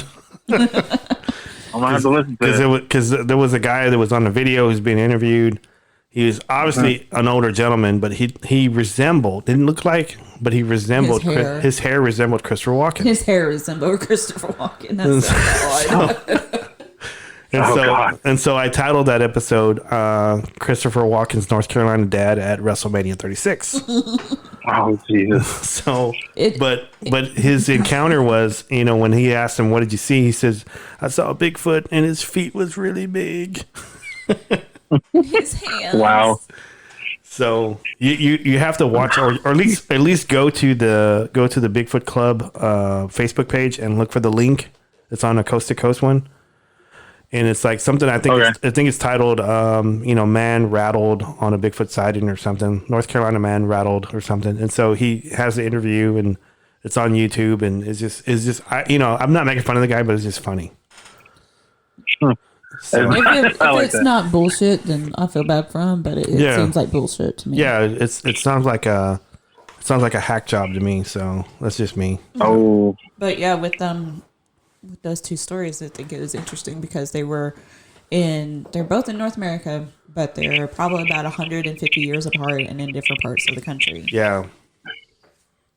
But I wonder how often something like that, like around the world, and I don't know. It's interesting to me that they're snatching babies. Like, yeah, wasn't Hellier talking about sounds of babies crying in caves and stuff like that? Mm-hmm. That's kind of weird. Isn't that like kind of a common mimicry too that they do? Yeah. Because I know I was in, what was I at? I was at Lake of the Pines, and when the whole crew was there. I think even Steven was there. Steven, you're there with us, and I was thinking when we were sleeping in a tent, there was I think there was a cry in the woods, and I think everybody thought it was a mountain lion or something, or a cougar or something. A bobcat, yeah. Bobcats make some noises, man. And it sounds like someone crying, like a woman crying or a baby crying, and that's I've always found that creepy as hell. So do you think? Yeah, because that's baby stuff. Do they cry? Do baby I don't know. I don't know. That's actually a good question. I wanted to talk about that stupid video, but we don't have time to talk about it. Which one? Oh, the video of from Russia, Azerbaijan. Yeah, it was from the former Russian state. Azerbaijan. Yeah. I like saying it like that because Eddie is heard. Azerbaijan. Is that the way it's pronounced? Yeah. Is it? Dang, you're like a Azerbaijan. All I hear is Azerbaijan. Look at how it's Azerbaijan. AJBI. I don't know, but yeah. Azerbaijan. Azerbaijan. Yeah.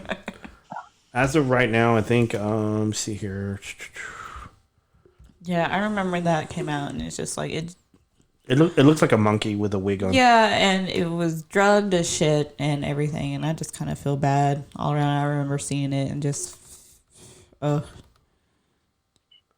Yeah, right now. My feelings, because chances are in that part of the world they do a lot of animal exploitation anyway.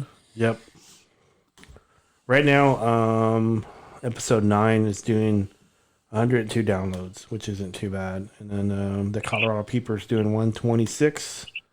Episode 7, the 4 Horsemen of Bigfoot's doing 144. So actually, still pretty good. I'd like more.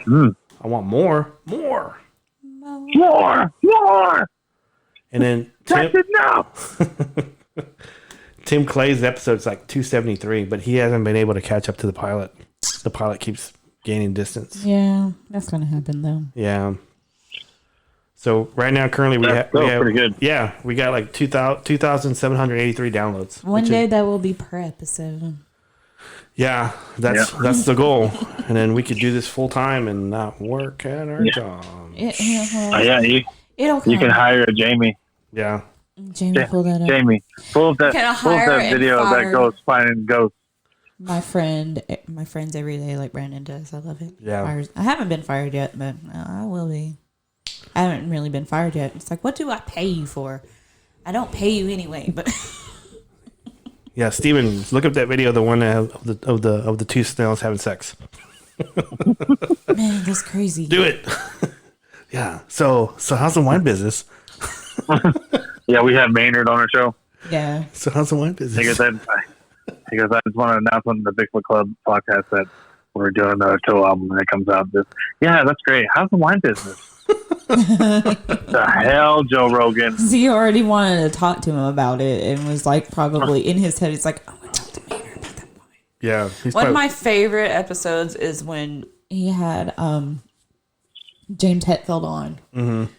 And more than half the episode, all that James Hetfield did was talk about fucking bees because he has he raises honeybees. He's a beekeeper, and it was just like interesting as shit. But it's fucking James Hetfield, so I was like, this is adorable.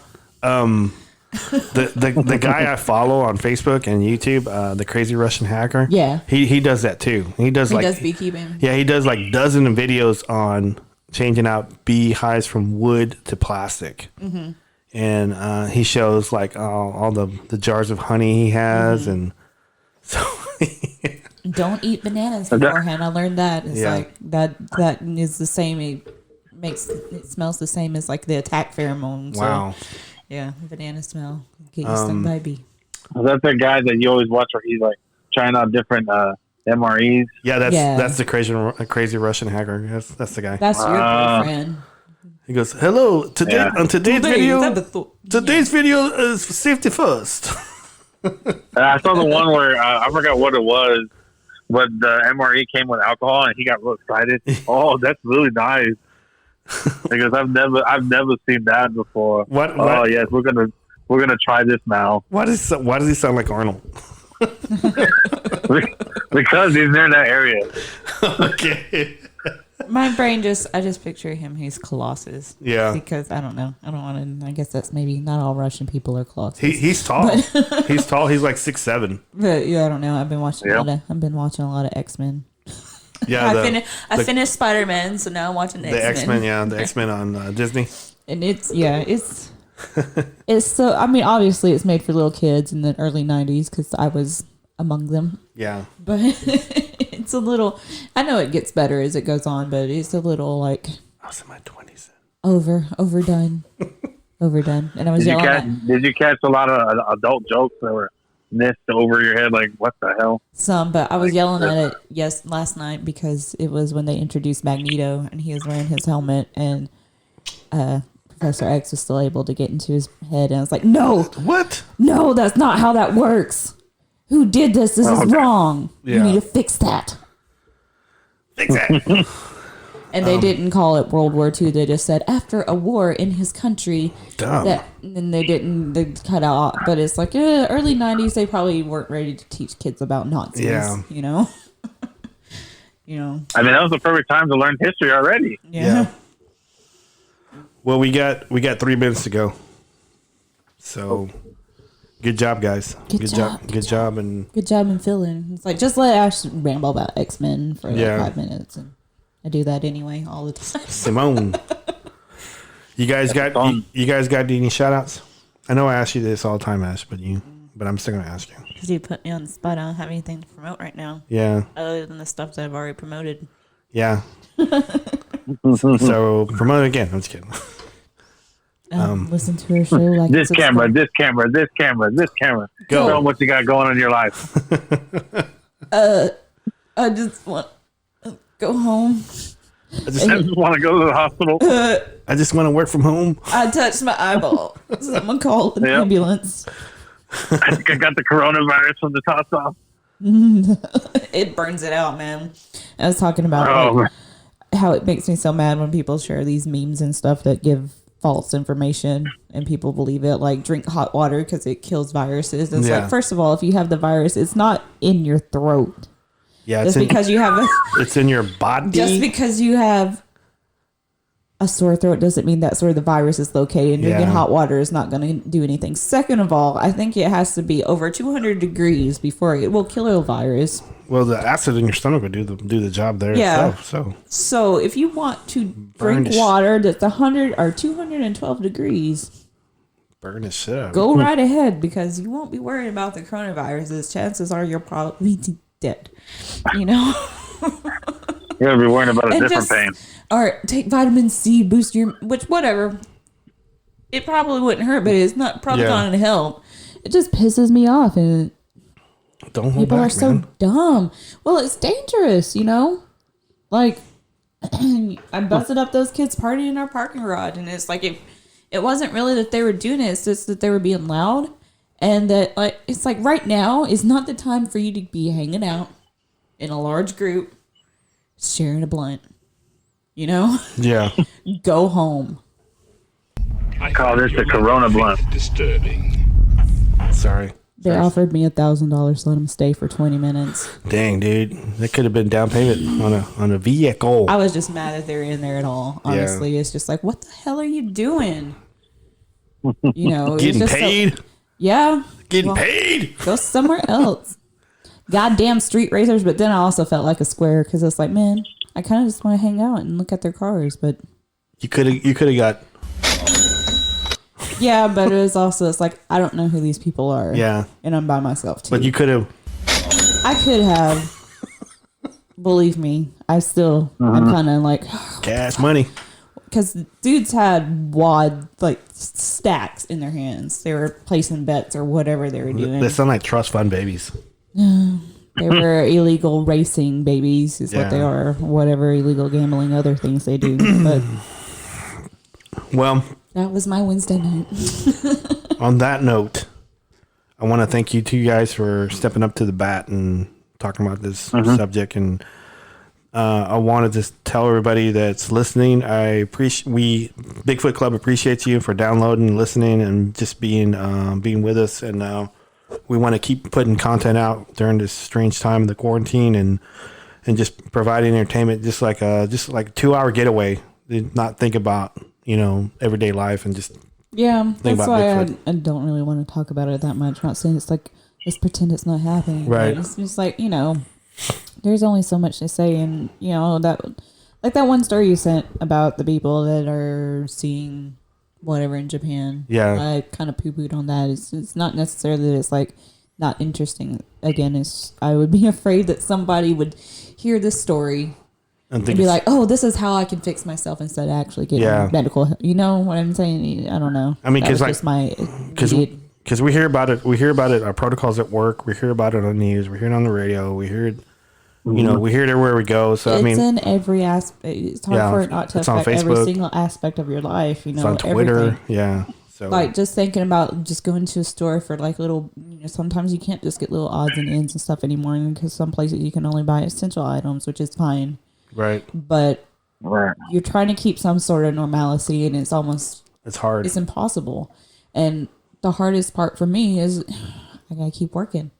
Yeah. And acting like nothing's going on, and it's hard to do that. It's very it's very stressful, and I get some people are making it harder than it should be. I'm getting a ton of anxiety all the time, but I was getting it before, It's weird. but now it's like it's topped out.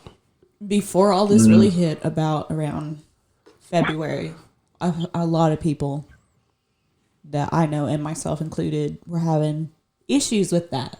Just like this impeding, like something, coming. something. Yeah, like this can't sit still, busy energy. Like I need to be doing something. I don't know what.